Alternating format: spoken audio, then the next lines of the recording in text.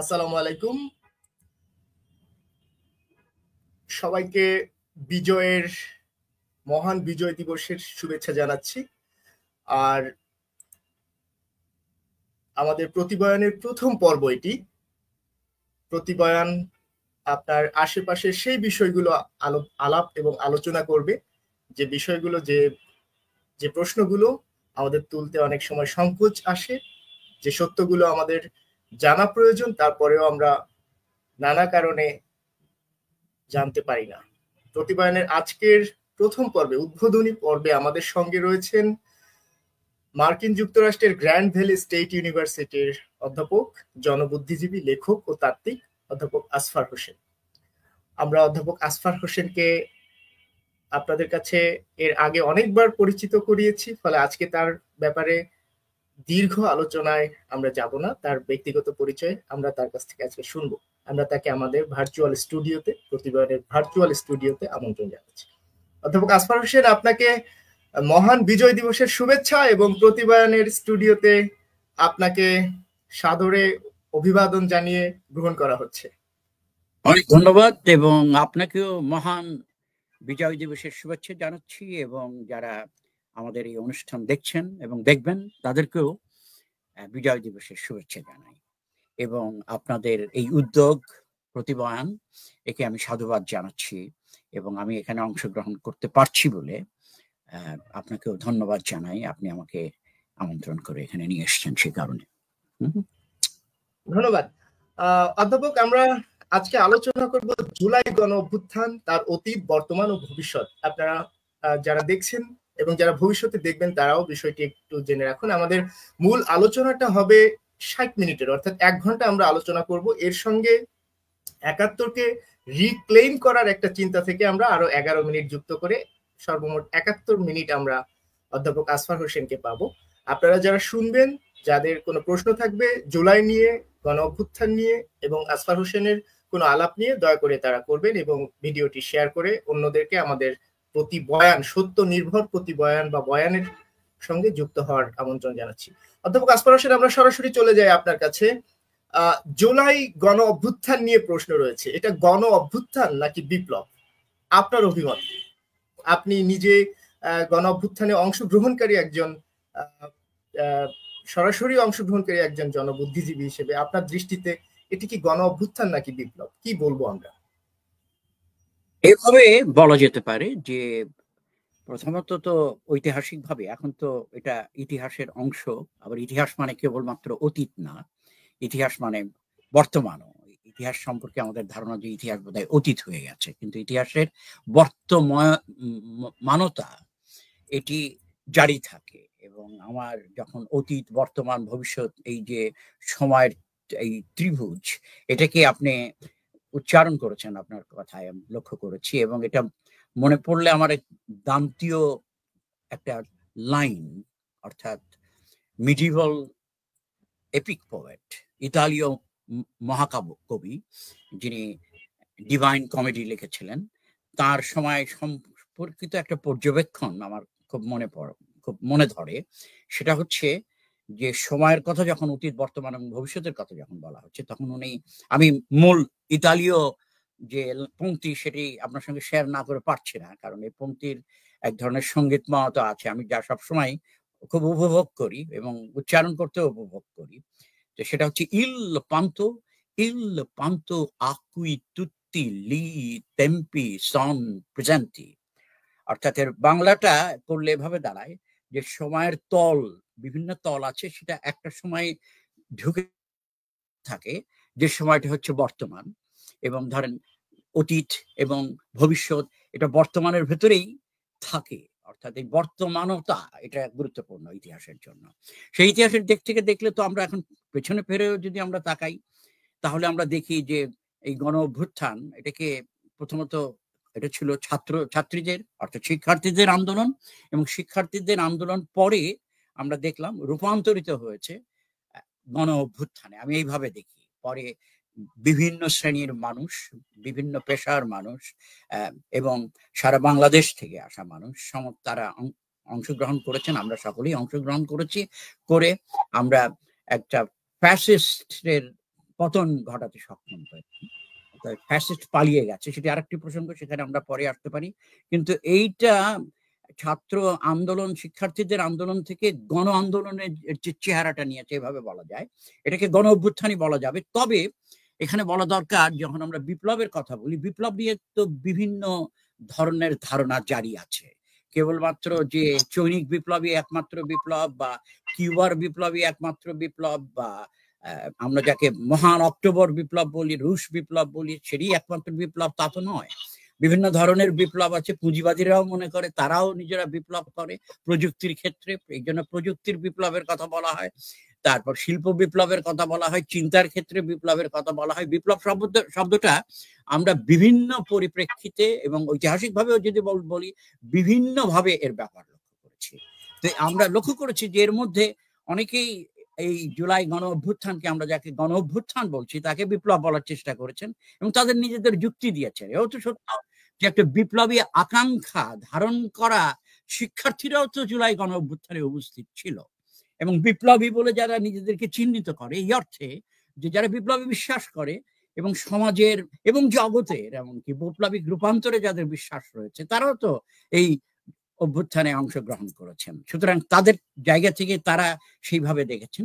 কিন্তু বিপ্লব বলতে যদি আমরা মনে করি যে একটা উৎপাদন সম্পর্কের এক বৈপ্লবিক পরিবর্তন এবং তার পরিবর্তে নতুন উৎপাদন সম্পর্কের উদ্বোধন, এটা যদি বলি বিপ্লব, এইভাবে যদি দেখি, এটি যে একমাত্র দেখা তা বলছি না, কিন্তু এটা যেভাবে দেখি তাহলে এটা বিপ্লব না। যদি বলি যে এক শ্রেণী থেকে আরেক শ্রেণীতে ক্ষমতা গেছে, একদম শাসক শ্রেণীর চেহারা, চরিত্র, সমস্ত কিছু অবয়ব এবং আয়তন বদলে গেছে, তাহলে আমরা এটাকে আবার ওই অর্থে বিপ্লব বলতে পারি। কিন্তু সেটাও তো ঘটে নাই। কিন্তু আমরা এটাকে বিপ্লবী আকাঙ্ক্ষা ধারণ করা মানুষের অংশগ্রহণের ভিতরে, এবং অনেকে বিপ্লব শব্দটা ব্যবহার করছে, আমার তাতে কোনো ওইভাবে আপত্তি নাই। আমি যে খুব একটা গভীর টার্মিনোলজিক্যাল ডিবেটের মধ্যে গিয়ে এইটাকে বিপ্লব বলা যাবে না, এটাকে কেবল গণ অভ্যুত্থান বলা যাবে, এই ধরনের অবস্থান নিতেও আমি খুব যে একটা রাজি হয়েছি সেটা আমি বলবো না। তবে আমি মনে করি যে এটাকে আমি গণ অভ্যুত্থান মনে করি। এটা এমন এক গণ অভ্যুত্থান যেটা ব্যক্তি বাংলাদেশের ইতিহাসে সমান্তরালবিহীন,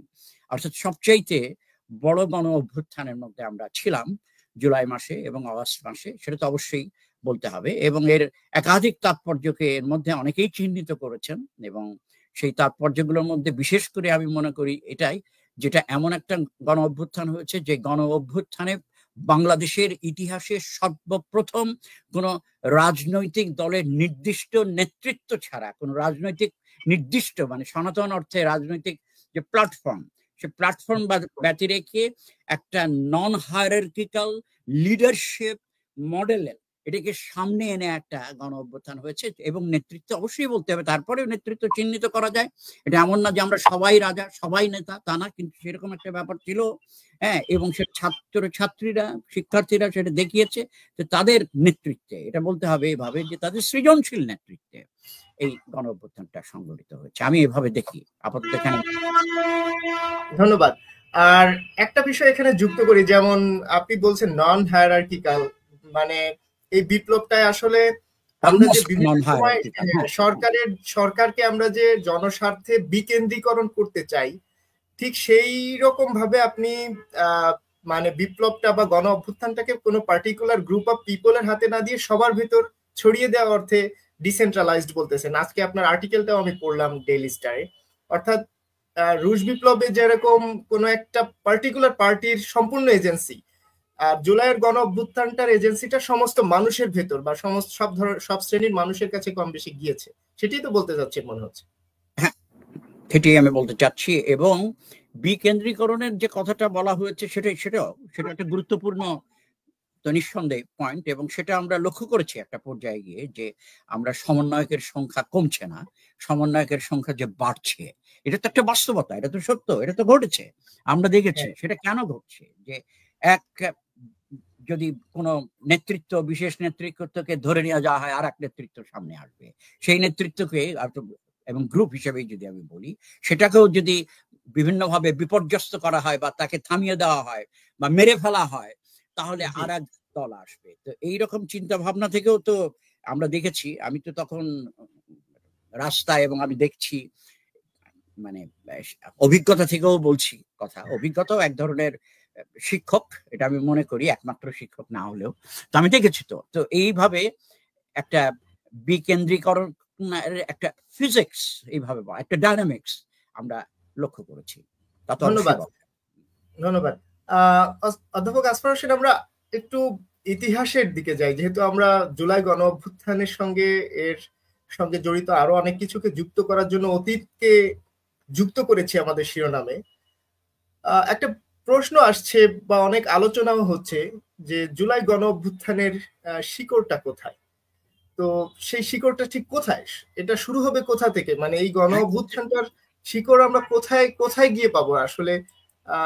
আমি তো এইভাবে মনে করি যে শিকড়টা তো মানে বলা হয়েছে এর মধ্যে যে 1971-কে শিকড় হিসেবে চিহ্নিত করা যায়। আমার তো মনে হয় যে জুলাই গণ অভ্যুত্থানের চেহারা এবং চরিত্রের সমগ্রকে যদি আমরা বিবেচনায় রাখি, তাহলে তো বলতে হবে যে শিকড় হচ্ছে যে কোনো ধরনের মুক্তিকামী আন্দোলনে, পৃথিবীরও, এমনকি এটার একটা আমরা বৈশ্বিক বিস্তৃতিও দিতে পারি, যে যে কোনো মুক্তিকামী, যে কোনো বৈষম্য বিরোধী আন্দোলনের মধ্যেই এর শেকড় থাকে। এটা তো অবশ্যই বলা যেতে পারে। কিন্তু আমাদের নিজেদের ইতিহাসের কথা যদি বলি, তো অবশ্যই 1971-এর কথা অবশ্যই বলতে হয়। এবং 1971-এর কথা এবং আজকের আমাদের বিজয় দিবসের এই ক্ষণে মনে পড়া অনেক কথাই তো আমাদের বলতে হয়, তাই না? তো এমনি একটা কথা আপনার সঙ্গে আমি শেয়ার করব, এবং একজন সমন্বয়কের কথা যা আমার মনে ধরেছে খুব, একজন সমন্বয়কের কথাই আপনার সঙ্গে শেয়ার করব, এবং এটা নিয়ে একটু আলোচনা আমরা করতে পারি। এবং এই সমন্বয়ক হচ্ছেন উমামা ফাতেমা, যিনি রাজপথে ছিলেন। উমামা ফাতেমা সমন্বয়ক, এবং তিনি বলছেন, আমি তাকে উদ্ধৃত করছি এখানে, যে আজ বিজয়ের ক্ষণে মনে পড়ছে 15ই জুলাই 2024-এর কথা। সেদিন আমার মাথায় বাংলাদেশের পতাকার ব্যান্ড বাঁধা ছিল, যেমন আপনার মাথায় বাংলাদেশের পতাকার ব্যান্ড বাঁধা আছে। এটা কি শেকড়? এটা একটা প্রশ্ন রাখি আপাতত। আচ্ছা, আমি এবার উমামা ফাতেমার কথায় ফিরে যাই। তিনি বলছেন যে ভিসি চত্বরে ছাত্রলীগ যখন হামলে পড়ে আমাদের মিছিলের উপর, তখন আমি ফুলার রোডের দিকে দৌড় দেই। এরপর কয়েক দফা পেটানি খেয়ে দৌড়ে ব্রিটিশ কাউন্সিলের সামনে পৌঁছায়। সেখানে দাঁড়ানো একদল আপুকে হাত জোর করে বলি আমাকে যাতে তারা লুকিয়ে রাখে। তখন একজন আপু আমাকে তার পাশে মাথা নিচু করে বসিয়ে রাখেন। আমি হু হু করে কান্না করছিলাম। আপু আমার মুখ চেপে ধরে বলেন যাতে কোনোভাবে কান্না না করি। তারপর উনি আমার মাথা থেকে বাংলাদেশের পতাকাটাকে খুলে ফেলতে বলেন আপু এটা খুলে ফেলেন, পতাকা দেখলে আরো মারবে। চিহ্নিত কর। ওই মুহূর্তে ক্ষণিকের জন্য আমার দেশের স্বাধীনতা যুদ্ধের কথা মনে পড়ে যায়। উমামা আমাদের জানাচ্ছেন নিজের মধ্যে অসহায় লাগে।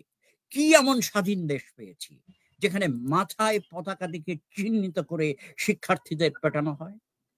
আজ বিজয় দিবসে আমার নিজের কাছে প্রতিজ্ঞা, আমার কোনো ভাই বোনকে যাতে ওই বিভীষিকা কোনোদিন পার হতে না হয়।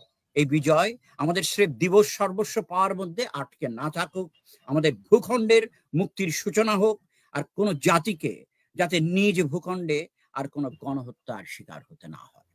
উদ্ধৃতি শেষ।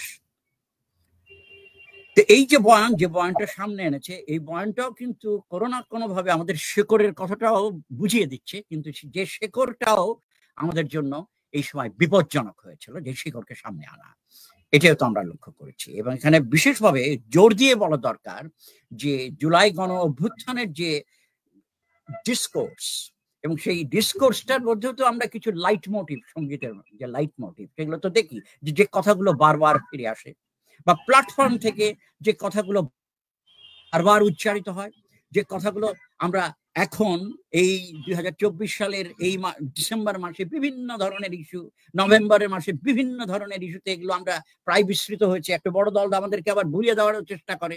ভুলিয়ে দেওয়াটা কিন্তু খুব একটা কাজ অব্যাহত আছে, এটা আমাদের একটু খেয়াল রাখতে হবে। এবং ভুলিয়ে দেওয়ার বিরুদ্ধেও যুদ্ধ হচ্ছে, সংগ্রাম, এটিও খুব গুরুত্বপূর্ণ। এবং এটা তো অত্যন্ত, এবং সেই ক্ষেত্রে ওই যে আমি বললাম যে ছাত্র গণ অভ্যুত্থানের ভেতর থেকে উৎপাদিত যে ডিসকোর্স, সেই ডিসকোর্সের কেন্দ্রীয় জায়গায় যে কথাগুলো বারবার ঘুরে ফিরে আসছে, সেই কথাগুলোর আমি এখানে উদ্ধৃতি এটা আপনাদের সঙ্গে শেয়ার করতে চাই। বৈষম্য বিরোধী ছাত্র আন্দোলনের প্ল্যাটফর্ম থেকে উচ্চারিত হয়েছে। উদ্ধৃতির শুরু: ছাত্র নাগরিক অভ্যুত্থানের মধ্য দিয়ে একটি নতুন বাংলাদেশ গঠন করা হবে, যেখানে সাম্য, ন্যায় বিচার ও মানবিক মর্যাদা প্রতিষ্ঠিত হবে। এমন রাজনৈতিক বন্দোবস্ত করা হবে যাতে বাংলাদেশে আর কখনোই স্বৈরতন্ত্র ও ফ্যাসিবাদ ফিরে আসতে না পারে। লক্ষ্য করুন, এখানে উদ্ধৃতির শেষ। বৈষম্য বিরোধী ছাত্র আন্দোলনের প্ল্যাটফর্ম থেকে উচ্চারিত এই কথায় অত্যন্ত পরিষ্কারভাবে সাম্য, ন্যায় বিচার ও মানবিক মর্যাদার কথা বলা হয়েছে। এই সাম্য, মানবিক মর্যাদা, ন্যায় বিচার, এই ডিসকোর্সের জন্ম কোথায়? এর জন্মস্থান কোথায়? এর জন্মের দাগ কি আমরা মুছে ফেলতে পেরেছি? মোটেই না, বরঞ্চ একে ফিরিয়ে নিয়ে আসা হয়েছে। বলা দরকার যে 10ই এপ্রিল 1971 সালে বাংলাদেশের গভর্নমেন্ট ইন এক্সাইল যে ডিক্লারেশন অফ ইন্ডিপেন্ডেন্স, এমানসিপেশন প্রক্লেমেশন যদি বলি, ইন্ডিপেন্ডেন্স প্রক্লেমেশন, সেখানে এই 3টা নীতি বিশেষভাবে সেখানে ঘোষণা করা হয়েছিল। এই 3টা নীতি ছিল 3টা আমাদের চালিকা শক্তি। সেটা ছিল সাম্য, ন্যায় বিচার ও মানবিক মর্যাদা। এবং আমরা দেখলাম যে 2024-এর জুলাই গণ অভ্যুত্থানে এই সাম্য, ন্যায় বিচার ও মানবিক মর্যাদার কথা আবার ঘুরে এসছে। কেন ঘুরে এসছে? কারণ এই সাম্য, ন্যায় বিচার এবং মানবিক মর্যাদা ভুলুণ্ঠিত হয়েছে পৃথক রাষ্ট্রিক সত্তা হিসেবে বাংলাদেশের অভ্যুত্থানের পর থেকেই, অর্থাৎ 1972 সাল থেকে আজ পর্যন্ত এগুলো আনরিয়ালাইজড থেকেছে। আনরিয়ালাইজড থাকার কারণেই শিক্ষার্থীরা এবং জনগণ পরে এই সাম্য, ন্যায় বিচার ও মানবিক মর্যাদা প্রতিষ্ঠিত করার কথা বলেছেন। এমন একটা বাংলাদেশ তৈরি করার কথা বলেছেন যেখানে সাম্য, মানবিক মর্যাদা এবং ন্যায় বিচার প্রতিষ্ঠিত হবে। এবং এই কথাগুলো আমাদেরকে 1971-এর সাথে আবার সম্পর্কিত করে এবং 1971-এর যে স্পিরিট সেটাকে রিক্লেম করা, আওয়ামী লীগের যে মুক্তিযুদ্ধের চেতনা বলতে যেটা আসলে মুক্তিযুদ্ধকে একটা পণ্যে রূপান্তরিত করেছে এবং মুক্তিযুদ্ধকে ট্রিভিয়ালাইজ করেছে, মুক্তিযুদ্ধের ইতিহাসকে বিস্মৃত করে দেওয়ার চেষ্টা করেছে, তার বিপ্রতীপে 1971 সালের নতুন জন্ম, 1971 সালকে নতুন ভাবে আবার সামনে আনার ক্ষেত্রে জুলাই গণ অভ্যুত্থানের এক দারুণ ভূমিকা আছে, অবশ্যই বলতে হবে সেটা। ধন্যবাদ। তো যেহেতু আপনি আওয়ামী লীগের কথা বললেন যে তারা মুক্তিযুদ্ধের চেতনা বা অন্য অনেক কিছুকে পণ্যে পরিণত করেছে, সেই প্রেক্ষাপট থেকেই বলি যে এই জুলাই গণ অভ্যুত্থানটা যে হলো, এটার বিপরীত মতের যে মানুষ, যে রাজনীতিবিদ রয়েছেন, তারা বলতে চান যে এটার লেজিটিমেসিটা কি। অর্থাৎ তাদের কথা হলো যে সরকারের একটা সরকার রয়েছে বিদ্যমান এবং তাদের যে ডেভেলপমেন্ট বা উন্নয়নের বয়ান সেটা চলমান, তাদের গণমাধ্যমগুলো বলছে নানা ধরনের ইতিবাচক কথা। এর ভেতরে আপনারা যে একটা বিপ্লব নিয়ে এলেন একটা গণ অভ্যুত্থানের মাধ্যমে, সেটার ন্যায্যতাটা কত? আমি এইভাবে তাহলে বলি, এটা তো শুরু করি। ন্যায্যতা তো যথেষ্ট রয়েছে, সেটা তো একাধিকবার আমরা আলোচনা করেছি, আমরা রাস্তায় আলোচনা করেছি।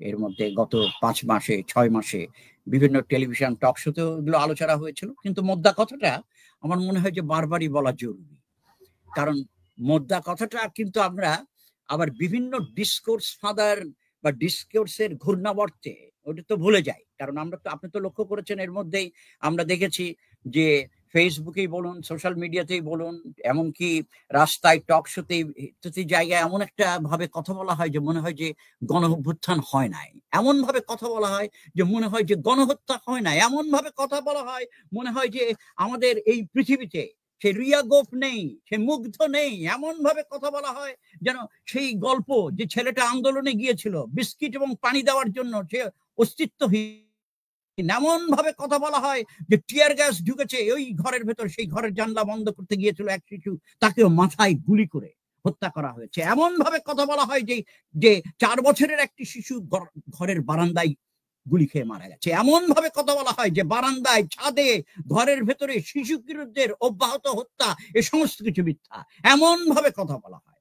সুতরাং সেই সব জায়গা থেকে আমাদেরকে মনে হয় যে নতুন করে কথা বলা, আবার মনে করিয়ে দাও, সেটা অত্যন্ত জরুরি। আমরা যদি না মনে করিয়ে দেই তাহলে কিন্তু না মনে করে দেওয়াটাও কিন্তু এক ধরনের পরাজয়। আর মনে করা, রিমেম্বারেন্স, এই স্মরণ করাটাও কিন্তু এক ধরনের যুদ্ধ, যে কথাটা আমি আগেই বলেছি। তো এবার মধ্যে কথাটা বলি, সেটা হচ্ছে যে সত্য ছাত্র জনতার একটা রক্তাক্ত গণ অভ্যুত্থানের ভেতর থেকে গত 5ই আগস্ট শেখ হাসিনা পদত্যাগ করে দেশ ত্যাগ করতে বাধ্য হয়েছেন, এবং শেখ হাসিনার 15.5 বছরের স্বৈর শাসনের অবসানের প্রাথমিক কারণ হলো কোটা সংস্কার আন্দোলন ঘিরে বিক্ষিপ্ত ছাত্র জনতার উপর আইন শৃঙ্খলা বাহিনীর নির্বিচার গুলি বর্ষণে শত শত, পরে হাজারে গেছে মানুষ হত্যা। এ সময় মানুষ নিহত আহত হয়েছে, হাজারে হাজারে মানুষ আহত হয়ে হাসপাতালে চিকিৎসা নেওয়ার জন্য গেছে, তাই সেই খবরও আমরা পেয়েছি। তবে আমাদের এক বন্ধু অত্যন্ত জোর একটা ভালো কাজ করেছেন, সেটা হচ্ছে যে এই প্রাথমিক কারণের পেছনে শেখ হাসিনার যে দীর্ঘ শাসন আমল জুড়ে আরো অন্যান্য কাজ করেছে তার একটা তালিকা করেছেন, এবং সেটা 16টা আমি আপনাদের সঙ্গে শেয়ার করব, 16টা খাতে। এবং এটা গুরুত্বপূর্ণ কাজ, এই কাজটাকে ব্যবহার করা, আমিও এটাকে আরেকটু বর্ধিত করেছি কিছুদিন আগে টেক্সাস স্টেট ইউনিভার্সিটিতে। আমি এই জুলাই গণ অভ্যুত্থান, এই গত সপ্তাহের আগের সপ্তাহে জুলাই গণ অভ্যুত্থান নিয়ে কথা বলার জন্য আমাকে আমন্ত্রণ করা হয়েছিল, সেখানে আমি 19টা খাত দেখিয়েছি। যাই হোক, সেটা আমি খুব সংক্ষেপে আপনাদের সঙ্গে শেয়ার করতে হবে, যে একটা প্রাথমিক কারণে তো বললামই আমরা, কিন্তু দীর্ঘ শাসন আমলে তার যে মানে ভোটাধিকার এবং বাক স্বাধীনতা হরণ, এটা যেমন আছে। তারপর সরকারি পৃষ্ঠপোষকতায় ঋণের নামে ব্যাংক লুণ্ঠন, সরকার ঘনিষ্ঠদের ব্যাপক দুর্নীতি এবং অর্থ পাচার, সচিবালয় থেকে বিচার বিভাগ পর্যন্ত বিভিন্ন রাষ্ট্রীয় প্রতিষ্ঠানের ব্যাপক দলীয়করণ, দ্রব্যমূল্যের ব্যাপক ঊর্ধ্বগতি, ভারতের সঙ্গে নতজানু পররাষ্ট্রনীতি, আপনি প্রচুর কারণ আছে, ইত্যাদি কারণে সৃষ্ট গভীর জন অসন্তোষ। এটা তো বলে গেলে চলবে না। গণমাধ্যমের উপরে তো একচিটি আধিপত্য প্রতিষ্ঠা করে রেখেছিল এই মুক্তিযুদ্ধের চেতনা ব্যবসায়ীরা, তাই না? অর্থনৈতিক প্রবৃত্তির বানোয়াট পরিসংখ্যান, এটা কল্লোল মোস্তফা ভালো কাজ করেছে, এটা সামনে এসছে, তার একটা বই বেরোচ্ছে, এই বইয়ে আপনারা দেখবেন আশা করি, সেটা হচ্ছে হাসিনার আমলের দুঃশাসন এই নামে। এবং সেখানে তিনি এইরকম কয়েকটা খাত চিহ্নিত করেছেন, যেমন নির্বাচনী কর্তৃত্ববাদ। কারণ 2008 সালে তত্ত্বাবধায়ক সরকারের অধীনে অনুষ্ঠিত 9ম জাতীয় সংসদ নির্বাচনে বিপুল ভোটে সত্য নির্বাচিত হয়ে প্রধানমন্ত্রী হন শেখ হাসিনা, কিন্তু এরপর তিনি তত্ত্বাবধায়ক সরকার ব্যবস্থা বাতিল করে এমন এক নির্বাচনী ব্যবস্থা কায়েম করেন, যে ব্যবস্থায় 5 বছর পর পর নিয়মিত নির্বাচন অনুষ্ঠিত হলেও কোন ধরনের প্রতিদ্বন্দ্বিতার সুযোগ ছিল না। নিয়ে বিস্তর আলোচনা করা হয়েছে। এটাকে আমরা নির্বাচনের কর্তৃত্ববাদ হিসেবে চিহ্নিত করতে পারি, এটি একটা খাত। এরপরে আছে মত প্রকাশের স্বাধীনতার হরণ, এটা নিয়েও আমরা রাস্তায় নেমেছিলাম, এটা নিয়ে কথা বলেছি, এটা নিয়ে আমি নিজেও টক শো করেছি, যে শেখ হাসিনার শাসন আমলে কিভাবে রীতিমতো আইন করে মত প্রকাশের স্বাধীনতা হরণ করা হয়েছে। এই জন্য ব্যবহার করা হয়েছে, আপনাদের মনে আছে, বলে গেলে চলবে না, 2013 সালে সংশোধিত আইসিটি অ্যাক্ট, 2006-18 সালে প্রণীত ডিজিটাল নিরাপত্তা আইন, এবং 2023 সালে প্রণীত সাইবার নিরাপত্তা আইন। এইসব আইনের মাধ্যমে তথাকথিত ভাবমূর্তি ক্ষুণ্ণ করা, মানহানি, মিথ্যা তথ্য প্রচার, ধর্মীয় অনুভূতিতে আঘাত ইত্যাদি ইত্যাদি, এইসবের কারণ দেখিয়ে মানে আইন শৃঙ্খলা রক্ষাকারী বাহিনীগুলোকে গ্রেপ্তারি পরোয়ানা ছাড়াই আটক এবং অনির্দিষ্টকালে কারাগারে রাখার ব্যবস্থা করা হয়। এগুলো তো আমরা দেখেছি। এখন এগুলো নিয়ে কথা বলতে গেলে অনেক সময় লাগবে। এক একটা, আমি তো মনে করি যে এক একটা যে খাত, সে খাত নিয়ে একটা বই লেখার মতো অবস্থা দাঁড়ায়। সেটা তো মত প্রকাশের স্বাধীনতার হরণের কথা বলি, 3 নম্বর বলা যেতে পারে গুম এবং বিচার বহির্ভূত হত্যা। এটা তো হয়েছে শেখ হাসিনার তো নেতৃত্বাধীনে আওয়ামী লীগ সরকার বিরোধী দলের আন্দোলন ও ভিন্নমত দমনের জন্য গুমের মতো বিভিন্ন ধরনের মানবতা বিরোধী অপরাধে লিপ্ত ছিল। এটা দেশে এবং বিদেশে ডকুমেন্টেড, বিদেশেও তো ডকুমেন্টেড হচ্ছে। গত 1.5 দশকে বিভিন্ন আইন শৃঙ্খলা রক্ষাকারী বাহিনী পরিচয়ে বাসা, অফিস কিংবা রাস্তা থেকে মানুষকে তুলে নিয়ে পরবর্তীতে আবার অস্বীকার করা হয়, তাদেরকে অনেকে ফিরে এসছেন, কারো লাশ পাওয়া গেছে, আবার অনেকে দীর্ঘদিন ধরে নিখোঁজ ছিলেন। স্বজনরা দিনের পর দিন বিভিন্ন বাহিনীর দ্বারে দ্বারে ঘুরেও তাদের কোনো খোঁজ পায়নি। তো এগুলো তো হয়েছে। আমি আর এই বিষয়ে আরো বিস্তারিত বলার অবশ্যই অবকাশ রয়েছে, কিন্তু এখানে থামি, চতুর্থ জায়গায় যাই। এটা হচ্ছে ব্যাংক কেলেঙ্কারি। ব্যাংক কেলেঙ্কারির কথা তো আমরা বলে আসছি, কিন্তু আবারও বলা দরকার যে শেখ হাসিনার শাসনামলে ব্যাংক থেকে ঋণের নামে হাজার হাজার কোটি টাকা লুণ্ঠন ছিল একটা নিয়মিত ঘটনা। একটা নিয়মিত ঘটনা। নিয়ম ভঙ্গ করে আমরা দেখেছি যে বেসরকারি ব্যাংক মালিকদের পরস্পরকে অস্বাভাবিক মাত্রায় ঋণ প্রদান, আমরা দেখেছি ব্যাংকের টাকা লুটে ব্যাংক মালিক এবং পরবর্তীতে আরো লুটপাট, রাষ্ট্রীয় গোয়েন্দা সংস্থার মদদে সরকার ঘনিষ্ঠ ব্যবসায়ী গোষ্ঠীর ব্যাংক দখল, রাজনৈতিক মদদে নিয়োগপ্রাপ্ত রাষ্ট্রায়ত্ত ব্যাংকের এমডি বা পরিচালনা পরিষদের বিভিন্ন মানে আপনার সুবিধার বিনিময়ে ব্যাংক ঋণ ও লুটপাট, ব্যাংক লুটে ক্ষমতাসীন গোষ্ঠী ও রাষ্ট্রীয় প্রাতিষ্ঠানিক পৃষ্ঠপোষকতা, যেমন অনিয়ম দুর্নীতির প্রশ্রয় প্রদান, লুণ্ঠনের হোতাদের বিচার না করা, খেলাপি ঋণ পুনরুদ্ধার না করা, উদারভাবে ঋণ পুনর্গঠন সুবিধা প্রদান, ব্যাংক কোম্পানি আইন সংশোধন করে ব্যাংক পরিচালকদের মেয়াদ বৃদ্ধি প্রতি বছর, জনগণের করের অর্থ লুটপাটের শিকার ব্যাংকগুলোতে ঢালা ইত্যাদি। তো এগুলো হয়েছে আওয়ামী লীগ সরকারের আমলে এবং করা হয়েছে। এবং শেয়ার বাজার কারসাজি হচ্ছে আর একটা, এটা হচ্ছে 5 নম্বর এলাকা। গত 15 বছরের বেশি সময় ধরে কারসাজি ও জালিয়াতির ভেতর দিয়ে দেশের শেয়ার বাজারে সাধারণ বিনিয়োগকারীদের কাছ থেকে অন্তত 1 লাখ কোটি টাকা লুণ্ঠনের ঘটনা রয়েছে। এটা অর্থনীতিবিদরা ডকুমেন্ট করেছেন। আমি আবারও কল্লোল মোস্তফার কথা এখানে উল্লেখ করব, যার কাজের উপর আমি আস্থা রাখি এবং তার কাজের উপর ভিত্তি করে কথাগুলো বলেছি। এবং আরেকটু কথা বলা যেতে পারে, এ নিয়ে আনু মোহাম্মদও কাজ করেছেন এবং এই কথা আমরা সলিমুল্লাহ খানের বয়ানেও পেয়েছি এর আগেই। তো এগুলো তো আছে। তারপর তো আপনার আছে জ্বালানি খাতে লুণ্ঠন, বিদ্যুৎ এবং জ্বালানি সংকট 6 নম্বর। শেখ হাসিনা সরকার দেশি বিদেশি বেসরকারি মালিকানা ভিত্তিক ও বিদেশি ঋণ নির্ভর বিদ্যুৎ কেন্দ্র নির্মাণ ও আমদানি নির্ভর জ্বালানি পরিকল্পনা বাস্তবায়ন করে দেশের অর্থনীতিকে বিপর্যয়ের মুখে ঠেলে দিয়েছিলেন। এবং 7 নম্বর দুর্নীতি এবং অর্থ পাচারের কথা তো এলোই, এবং তার সঙ্গে যুক্ত দুর্নীতির ব্যাপার আছে। এবং 8 নম্বর বিদেশি ঋণ নির্ভর ব্যয়বহুল উন্নয়ন প্রকল্প, এটাও তো আছে। এই যে উন্নয়নের জয়গান তো আমরা শুনেছি, তাই না? উন্নয়নের জয়গান, উন্নয়নের একটা বয়ান অব্যাহত ছিল। উন্নয়নের গান শুনতে শুনতে আমাদের তো কান ঝালাপালা হয়ে গেছে। এবং তখন আমার একজন অত্যন্ত প্রিয় কবি, ক্যারিবীয় কবি ডেরেক ওয়ালকটের একটা চমৎকার পংক্তি আমার খুব মনে আসতো ওই সময়, এবং পংক্তিটা ছিল progress is histories dirty joke. হ্যাঁ, উন্নয়ন হয়েছে তো, ইনফ্রাস্ট্রাকচারাল ডেভেলপমেন্ট হয়েছে, আপনার রাস্তাঘাটের কিছু উন্নতি হয়েছে, কিন্তু এই বিদেশি ঋণ নির্ভর ব্যয়বহুল উন্নয়ন প্রকল্প এগুলো নিয়ে জনগণের 12টাও বাজানো হয়েছে। এবং তার সাথে সাথে বৈষম্য বৃদ্ধি পেয়েছে। একদিকে আপনি উন্নয়নের জন্য গান করছেন, অন্যদিকে বৈষম্য বৃদ্ধি পেয়েছে। এই নিয়েও বিস্তারিত আলোচনা কিন্তু আছে, যেগুলোকে আবারও সামনে আনা দরকার বলে আমি মনে করি। এই বৈষম্য বৃদ্ধির কথা হলো হাসিনার শাসন আমলে প্রবৃদ্ধি বলি, তার সঙ্গে বৈষম্য বৃদ্ধি পেয়েছে ব্যাপক হারে। একদিকে অর্থনৈতিক সংকটে তুলনামূলক কম দামে চাল, ডাল, তেল, চিনি কেনার জন্য টিসিবি আর ওএমএস এর লাইন দীর্ঘ হয়েছে। ব্রয়লার মুরগির উচ্চমূল্যের কারণে নিম্ন আয়ের মানুষের মুরগির গিলা কলিজা কেনা বেড়েছে। অন্যদিকে দেশে বিলাসবহুল গাড়ি কিংবা ফ্ল্যাট বিক্রি বেড়েছে। এগুলো তো দেখেছি যখন দেশের বেশিরভাগ মানুষ দৈনন্দিন ব্যয় মেটাতে হিমশিম খেয়েছেন, অনেকেই খাওয়া কমিয়ে দিতে বাধ্য হয়েছেন, তখনও দেশে কোটিপতির সংখ্যা বেড়েছে। এটা তো সত্য, কোটিপতির সংখ্যা বেড়েছে। বাংলাদেশের পরিসংখ্যান ব্যুরোর মানে যে বিবিএস এর খানার আয় ও ব্যয় জরিপ 2022 অনুসারে আমরা দেখতে পাচ্ছি যে দেশের সবচেয়ে বেশি ধনী 5% মানুষের হাতে এখন দেশের মোট আয়ের 30.04% পুঞ্জীভূত, তাই না? অন্যদিকে সবচেয়ে গরিব 5% মানুষের আয় দেশের মোট আয়ের মাত্র 0.37%। এরপরে অবশ্যই 10 নম্বরে আসে বিচারহীনতা, সেটা দেখেছি আমরা, এবং কর্মসংস্থানহীন প্রবৃদ্ধি ও বেকারত্ব দেখেছি, এটা হচ্ছে 11 নম্বর। এবং 12 তীব্র শোষণ।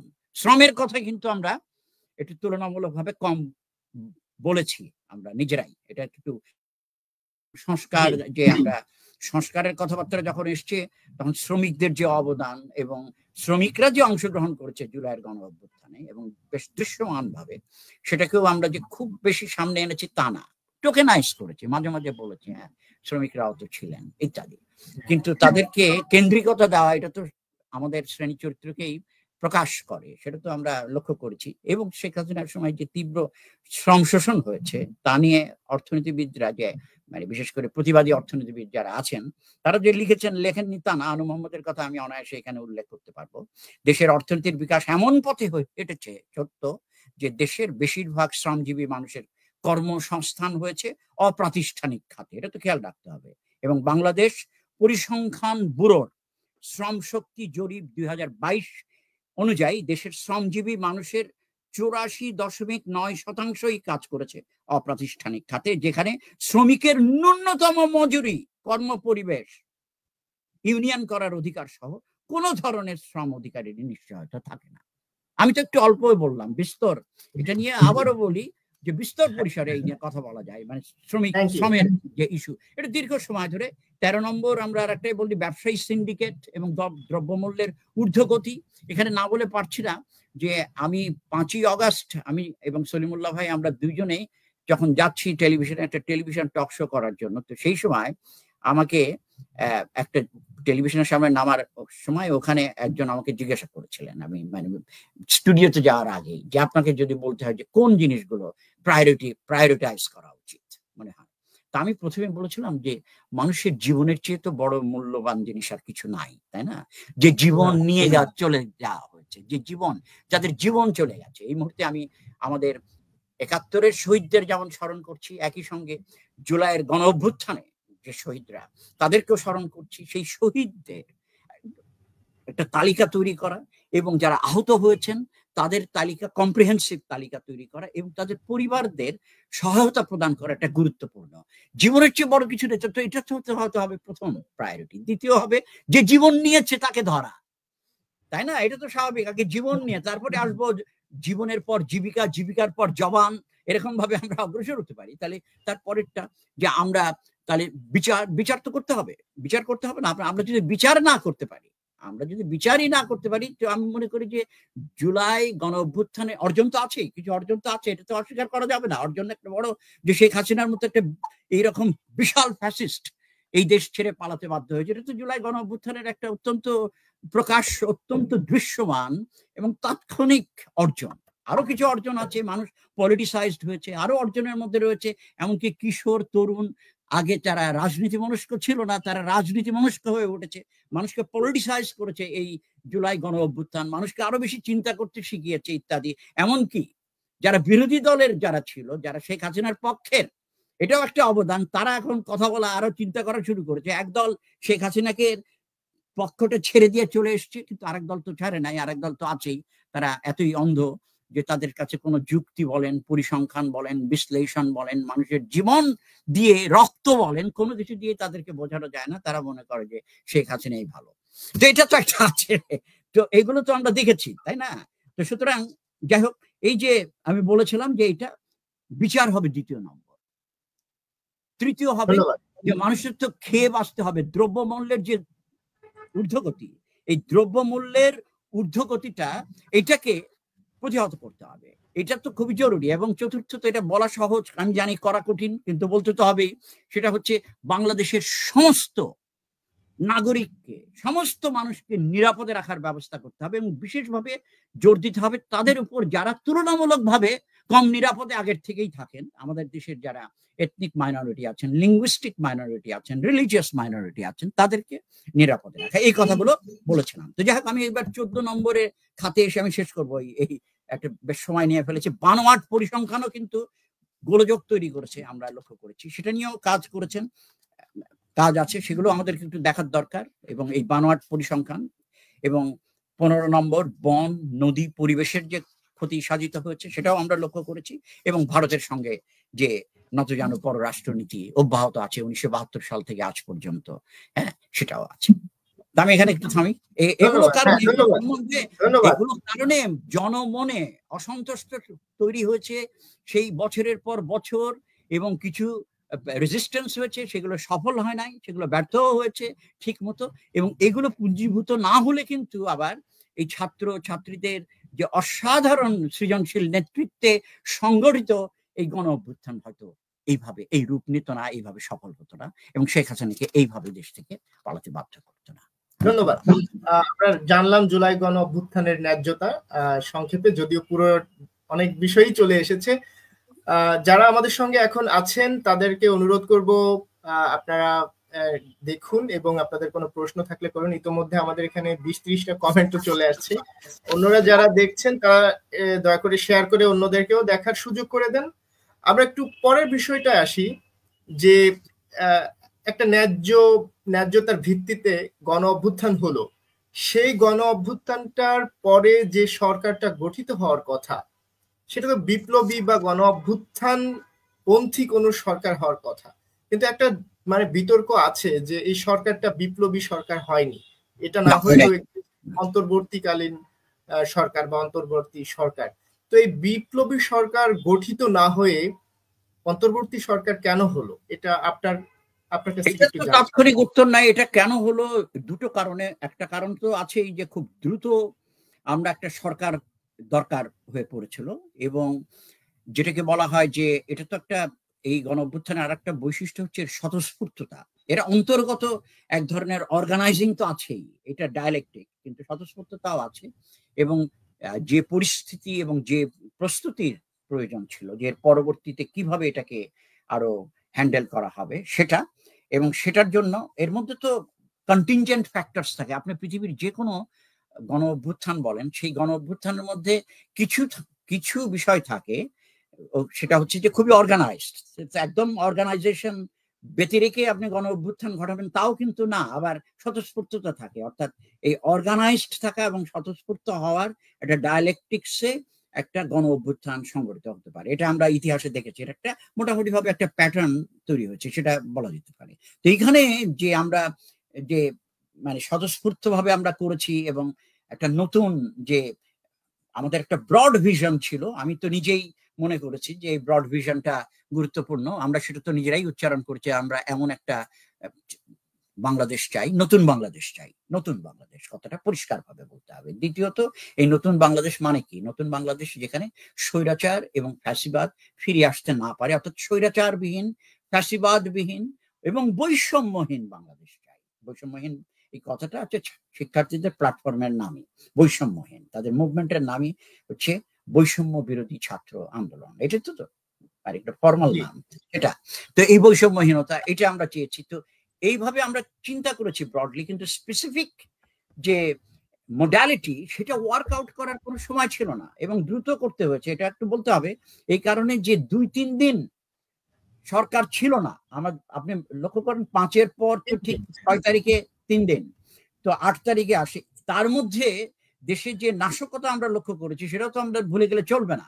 একটা দরকার ছিল, তো সেই দরকারের ভিতর থেকে একটা সরকার এসছে। যে সরকার এসছে সেই সরকার অন্তর্বর্তীকালীন সরকার। এই সরকার নিজেকে বিপ্লবী সরকার মনে করে না, এসেই ঘোষণা দিয়েছে তারা সংস্কারবাদী। এবং আমি মনে করি যে সংস্কার এবং বিপ্লবের সঙ্গে কিন্তু সম্পর্ক সবসময় সাংঘর্ষিক না, কিন্তু একটা প্রথাগত একটা বাম ঐতিহ্যের মধ্যে একটা কথা আছে যে সংস্কারবাদীরা সংস্কারের দরকার নাই, বিপ্লব মানে হচ্ছে সমস্ত সংস্কারকে বর্জন করা, তা না। কিন্তু এখানেও একটা ডায়ালেকটিক্স এর কথা বলতে হয়, যে সংস্কারগুলো এমন ভাবে করতে হয় যে সংস্কার যাতে বিপ্লবী সম্ভাবনাকে উন্মুক্ত করতে পারে। সেটা কি করতে পেরেছে সেটা আমার কাছে এখনো প্রশ্ন। সংস্কার বলে আমি এটাকে ডিসমিস করছি না, সংস্কার তো দরকার। সংস্কার না হলে আমরা যাব কোথায়? সরকারও দরকার, সরকার না হলে আমরা যাব কোথায়? তাহলে কোন সরকার হবে? তো এইরকম একটা পরিস্থিতির ভেতর দিয়ে একটা সংস্কারবাদী সরকার, অন্তর্বর্তীকালীন সরকার আমরা পেয়েছি। এবং এই অন্তর্বর্তীকালীন সরকারের যে কম্পোজিশন, সে কম্পোজিশনটা নিয়ে আমি কথা বলেছি একাধিকবার, আগেও অন্যান্য আমার কমরেডরাও কথা বলেছেন। এবং সত্য তো, এই অন্তর্বর্তীকালীন সরকারের কম্পোজিশন একটা এনজিও মডেল মনে হয়। এটা তো বলার কোনো অপেক্ষা রাখে না যে ইউনূস, তার তো নিজেরও তো রাজনৈতিক প্রজ্ঞা বা জ্ঞান যে ওরকম ভাবে আছেন, তিনি যে গণ অভ্যুত্থানে অংশগ্রহণকারী একজন, এগুলো তো বলা যাবে না। এবং এখানে যারা আছেন আমাদের কয়েকজন ছাত্র ছাত্রী এবং গুটি কয়েক মানে কিছু ব্যতিক্রম ছাড়া তাদের তো গণ অভ্যুত্থানে অংশগ্রহণ করার অভিজ্ঞতা বলেন অথবা রাজনৈতিক প্রজ্ঞা বলেন, এগুলো তো নাই। এরকম একটা অবস্থা। সুতরাং এটাকে আমরা এমন একটা বডি হিসেবে দেখছি যেটাকে খুব শক্তিশালী সবল বলে আমার কাছে কখনোই মনে হয় না, প্রথম দিন থেকেই মনে হয় না। যে কারণে আমার মনে আছে 8 তারিখে, আমি 5 তারিখে আমার সহকর্মী বড় ভাই সলিমুল্লাহ খানের সাথে আমি একটা টক শো করেছি বাংলাদেশে, এবং 8 তারিখে আমার আরেক সহকর্মী, আমার কমরেড তসলিমা আক্তারকে নিয়ে আমি আরেকটা টেলিভিশনে টক শো করেছি ঠিক ইউনূসের আসার মুহূর্তে, তখনই আমি কথাগুলো বলেছিলাম। এবং এইটা আমরা এসে লক্ষ্য করলাম এখানেও যে অন্তর্বর্তীকালীন সরকারেরও তো আমি সমালোচনা করি এবং করতে হবে, এবং অন্তর্বর্তীকালীন সরকারের উপর আমাদের চাপ রাখতে হবে এমন ভাবে যাতে এই অন্তর্বর্তীকালীন সরকারকে দিয়ে যতটা পারা যায় কাজ করিয়ে নিতে হবে, না হলে বাংলাদেশের মানুষ কিন্তু বিপদে পড়বে।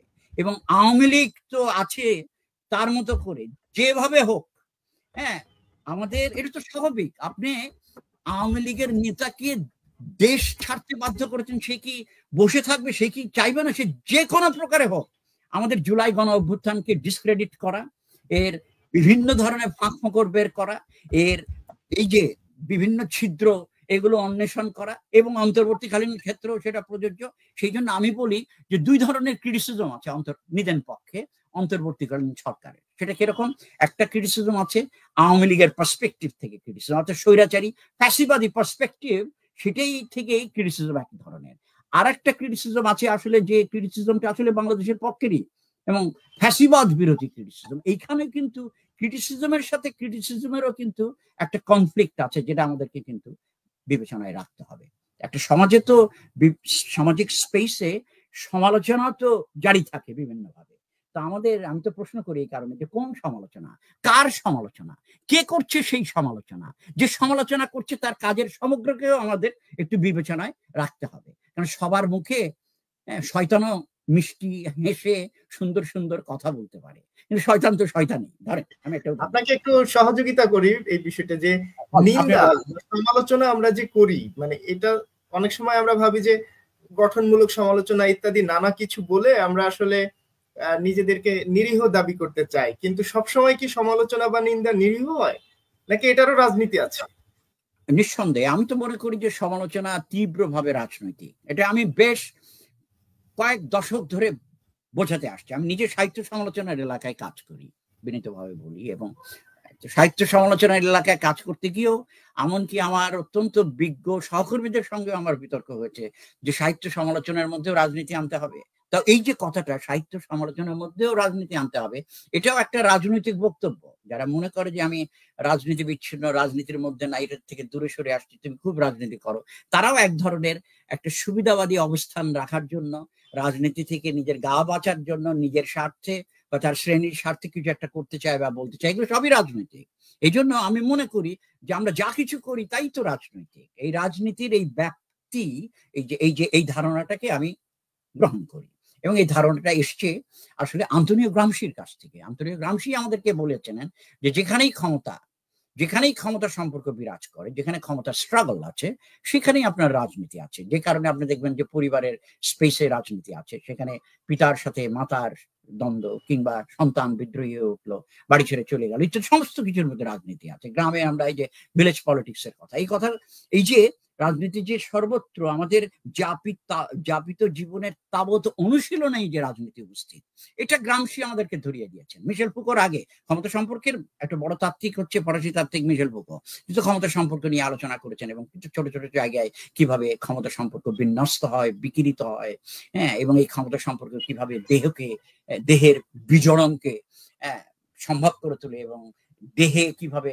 ইত্যাদি ইত্যাদি অনেক কিছু করছেন। কিন্তু মার্ক্সবাদী ইতালীয় মার্ক্সবাদী বিপ্লবী আন্তোনিও গ্রামশি আমাদেরকে এই রাজনীতির সংজ্ঞাটা দিয়েছে। তো সেদিক থেকে তো রাজনীতি তো আপনি কবিতার আলোচনা কি রাজনৈতিক না? নিঃসন্দেহে রাজনৈতিক। এটা হয়তো ঘোষণা দিয়ে রাজনীতিক না হতে পারে, তারপরেও রাজনীতি, হ্যাঁ, প্রচ্ছন্ন ভাবে রাজনীতি, ঘোষণা দিয়েও হতে পারে, এটাও হতে পারে।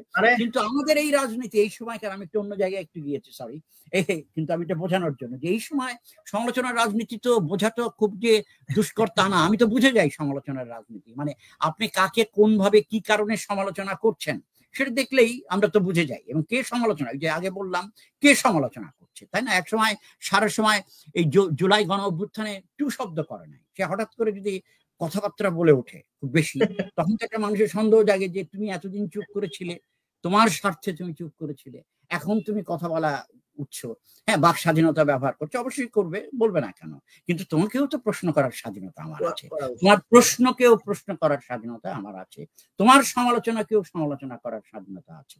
এবং এদিক থেকে ধরতে গেলে সবই রাজনৈতিক, এবং কনফ্লিক্টের প্রশ্ন তো এখানেই চলে আসে, তাই না? এখন আপনি আমি একটা উদাহরণ দিই যে কিছু মানুষ ফেসবুকে বা অফলাইনেও দেখেছি কাউকে কাউকে যে আমাদের সেন্ট মার্টিন দ্বীপ নিয়ে কিন্তু তারা খুব চিন্তিত ছিল যে এই দ্বীপটা আপনি যে দেশে শিক্ষকতা করেন, মার্কিন দেশ, আমেরিকা এসে নিয়ে যাবে, খুব চিন্তিত, দেশপ্রেম উতলে পড়ছে তাদের। এই মানুষগুলোই যখন আমেরিকা কিন্তু কোনোদিন বলছেও না যে সে এই জিনিসটা নিবে, তার কোনো চ্যানেলে বলে নাই, হয়তো গোপনে আলাপ হয়েছে কিনা সেটাও আমার জানা নাই, কিন্তু আমাদের পার্শ্ববর্তী ভারতের একদম জাতীয় চ্যানেল রিপাবলিক বাংলায় সেখানে ম্যাপ দেখিয়ে আলাদা বাংলাদেশ থেকে চট্টগ্রামকে বের করে ফেলানোর পরেও তাদের কিন্তু কোনো এই দেশের প্রতি প্রেম তখন আর জাগতেছে না। মানে এই যে অথচ সেন্ট মার্টিন মার্কিন যুক্তরাষ্ট্র নিয়ে নেবে, এরা যে মার্কিন যুক্তরাষ্ট্রের যে একটা দালালি করে গেছে দীর্ঘ সময়, তারও তো একটা ইতিহাস আছে, তাই না? এখন কি আওয়ামী লীগকে কি আপনি মার্কিন সাম্রাজ্যবাদ বিরোধী বলবেন? এটা বলা ঠিক হবে? হ্যাঁ, এদিক সেদিক শেখ হাসিনা দু একটা কথাবার্তা বলেছে, কিন্তু আপনি যদি এই জন্য সমগ্র একটা খুব গুরুত্বপূর্ণ বিষয় এবং ইতিহাসের জ্ঞানটা তো থাকতে হবে। বাংলাদেশ পৃথক রাষ্ট্রিক সত্তা হিসেবে বাংলাদেশের অভ্যুদয়ের পর থেকে আজ পর্যন্ত এমন কোন সরকার আসে নাই যে প্রকৃত প্রস্তাবে যাকে মার্কিন সাম্রাজ্যবাদ বিরোধী বলা যায়। কোনো না কোনো ভাবে মার্কিন সাম্রাজ্যবাদের কাছে তারা গেছে, বিএনপি গেছে, জামাত গেছে। তারপর আমি তো একটা ছবি দেখেছিলাম যে সেই ছবিটা কিন্তু জাতীয় দৈনিকে এসেছিল বেশ সময় আগে। সেখানে দেখা যাচ্ছে যে মার্কিন অ্যাম্বাসেডর ইনভিটেশন দিয়েছে এবং মার্কিন অ্যাম্বাসেডর ওই ইনভিটেশনে জামাতের নেতার পার্শ্বে বিএনপির নেতা, আওয়ামী লীগ সব একসঙ্গে গেছে। এই হলো অবস্থা। আমাদের জাতীয় শাসক শ্রেণীর তো একটা অত্যন্ত নাক্কারজনক এবং ব্যাংকরাপ্ট অবস্থা তো আমরা দীর্ঘ সময় ধরে দেখে এসছি। এদের মুখে মার্কিন সাম্রাজ্যবাদ, এটা বলে না চোরের মুখে বড় মার্কিন সাম্রাজ্যবাদ বিরোধিতা।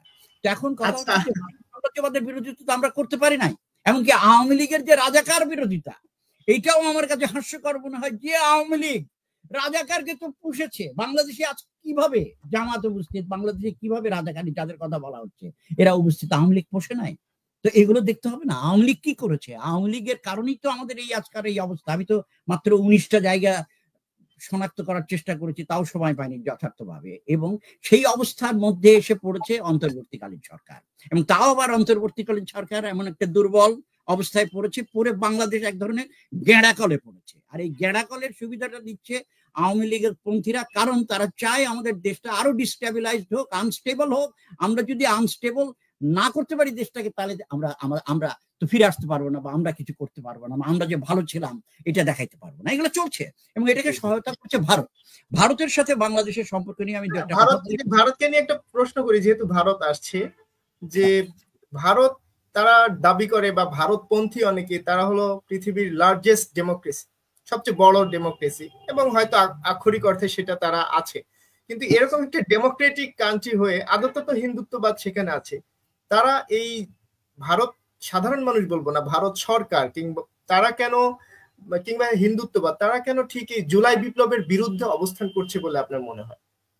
এটা তো করবে, খুব স্বাভাবিক। এখানে একটা খেয়াল রাখার দরকার যে ভারত কি, ভারত বলতে এখানে আমি ভারতের সমস্ত জনগণকে বোঝাচ্ছি না। ভারতের একদল লোক বলে বসছে যে আপনারা ভারত ভারত করেন। ভারতের জনগণ কি সবাই কি জুলাই গণ অভ্যুত্থানের বিরুদ্ধে? অবশ্যই না। আর ভারত শব্দটা ব্যবহার করার অর্থ এই না যে ভারতের জনগণকে বোঝানো হচ্ছে, যেভাবে আমরা ব্যবহার করি মার্কিন যুক্তরাষ্ট্র। আমরা তো অনেকেই করি, নন চমস্কি নিজে ইউএস বলে, the US made intervention in the Caribbean reason. আচ্ছা, এখন ইউএস এর মানে আমরা সবাই মিলে ইউএস এর আদিবাসী, ব্ল্যাক এবং ওয়ার্কিং ক্লাস পিপল সবাই একসঙ্গে গিয়ে ক্যারিবিয়ান, তা না। এটার অর্থটা ওইভাবে নিতে হয়, ওইভাবেই এটা একটা লেক্সিকনটা এবং তার ওই কনোটেশন ডেনোটেশন ওইভাবে তৈরি হয়েছে। এটা একটু আমাদের একটু খেয়াল রাখতে হবে। কিন্তু ওই ভারত বলতেই বলবে আচ্ছা ঠিক আছে, সিনেকডচি বলে, হ্যাঁ, মানে লিটারারি ক্রিটিসিজমে সেটা হচ্ছে যখন part stands for the whole, তাহলে দিল্লি বলতে পারি আমরা, দিল্লি হচ্ছে সিনেকডচি ফর ইন্ডিয়া, ইন্ডিয়ার জন্য। সুতরাং দিল্লি এবং ভারত, মানে দিল্লি বলতে কি এখন আমি বলবো যে দিল্লিতে যারা আছে সবাই, তা তো না। এই টার্মিনোলজি নিয়ে আবার একদল ইয়ে করে। কিন্তু এটা খেয়াল রাখা উচিত যে শুরু থেকেই বাংলাদেশের জন্মের লগ্ন থেকে 1972 সাল থেকে আজ পর্যন্ত ভারতের সাথে আমাদের যে সম্পর্ক, এটা হচ্ছে অসম ক্ষমতার সম্পর্ক। আমি যদি খুব মোটা দাগে বলি, আগের থেকে ঐতিহাসিকভাবে উৎপাদিত এবং ঐতিহাসিকভাবে পোক্ত হওয়া অসম ক্ষমতা সম্পর্ক, যে অসম ক্ষমতা সম্পর্কের উৎপাদনে এবং পুনরুৎপাদনে ভূমিকা রেখেছে আমাদের দেশের জাতীয় শাসক শ্রেণী, বিশেষ করে আওয়ামী লীগ। এটা তো আমরা দেখেছি, এর একটা ইতিহাস আছে। তো এখন এই অসম ক্ষমতা সম্পর্ক রাষ্ট্রের চরিত্রটা তো আমাদের বুঝতে হবে। ভারত কি ধরনের রাষ্ট্র, রাষ্ট্র হিসেবে যদি ধরেন একটা লম্বা ইতিহাস আছে। এটা একটা উপনিবেশবাদী রাষ্ট্র, উপনিবেশবাদী রাষ্ট্র। এবং উপনিবেশবাদ কিভাবে ফ্যাসিস্ট হয় যেটা নিয়ে কাজ করে দেখিয়েছেন, একটা চমৎকার বই বেরিয়েছে এবং সেই বইটা লিখেছেন আমাদের এই কমরেড, নাম হচ্ছে আলবার্তো তোস্কানো, এবং বইটার নাম হচ্ছে লেট ফ্যাসিজম। হ্যাঁ, এবং এইটা বইটার মলাটটা একটু দেখাচ্ছি। এই বইটা গত বছর বেরিয়েছে, রিলেটিভলি রিসেন্ট বই। এই বইটা যদি বাংলায় অনুবাদ করা যেতে পারে তাহলে খুবই ভালো। তাহলে আর ফ্যাসিবাদ কি, ফ্যাসিবাদের ঐতিহাসিকতা কি, সমসাময়িক এই সময় ফ্যাসিবাদ কি চেহারা নিচ্ছে, উপনিবেশবাদের সাথে ফ্যাসিবাদের কি সম্পর্ক ইত্যাদি। তো যাক, ভারত হচ্ছে একটা উপনিবেশবাদী রাষ্ট্র। দেখেন, কাশ্মীরকে ভারত একটা উপনিবেশ, আমাদেরকে যেটা কোদালকে তো কোদালই বলতে হবে, উপনিবেশ বানিয়ে রেখেছে, একটা উপনিবেশবাদী। এবং আমি ভারতীয় যারা প্রগতিশীল আছেন তাদেরকে আমি বলেছি একাধিকবার, এবং মার্কিন যুক্তরাষ্ট্র, আমাদের এখানেও যারা প্রোগ্রেসিভ ইন্ডিয়ান, যারা জুলাই আপরাইজিংকে সমর্থন করেন, তাদেরকেও আমি বলেছি যে দেখেন, আপনাদের প্রোগ্রেস কিন্তু ঠিক প্রোগ্রেসিভ পলিটিক্স এটা মিনিংফুল হবে না যদি না আপনারা 5টা প্রশ্ন বা 5টা প্রশ্ন ভারতের পরিপ্রেক্ষিতে আপনাদের কর্মকাণ্ডে কেন্দ্রে না রাখেন। এই 5টি প্রশ্ন হচ্ছে ভারতের কি, সেটা আদিবাসীদের প্রশ্ন, দলিতদের প্রশ্ন, মুসলমানদের প্রশ্ন, মুসলমান সংখ্যাগরিষ্ঠ, দলিতদের প্রশ্ন, আদিবাসীদের প্রশ্ন, নারী প্রশ্ন এবং কাশ্মীর প্রশ্ন। তো কাশ্মীর প্রশ্ন তো আনরিজলভড। কাশ্মীর প্রশ্ন মানে হচ্ছে ঔপনিবেশিক, এইরকম একটা উপনিবেশবাদী রাষ্ট্র। এটা তো একটা দীর্ঘ সময় ধরে উপনিবেশবাদী, এবং মোদী একজন ফ্যাসিস্ট, প্রতিষ্ঠিত ফ্যাসিস্ট, এবং প্রতিষ্ঠিত ফ্যাসিস্টের বন্ধু আমাদের প্রতিষ্ঠিত ফ্যাসিস্ট হাসিনা। এটা খুবই স্বাভাবিক। এবং তাদের বন্ধু, এই মোদীর বন্ধু ইসরায়েলের প্রধান। তো এরা তো একটা অর্কেস্ট্রেটেড একটা ফ্যাসিস্ট অ্যালায়েন্স আমি মনে করি। আমি তো অর্কেস্ট্রেটেড ক্লাস অ্যালায়েন্সের কথা আগে বলছিলাম, যেমন ওয়ার্ল্ড ব্যাংক, IMF এবং একটা জাতীয় একটা সরকার কিভাবে একসঙ্গে।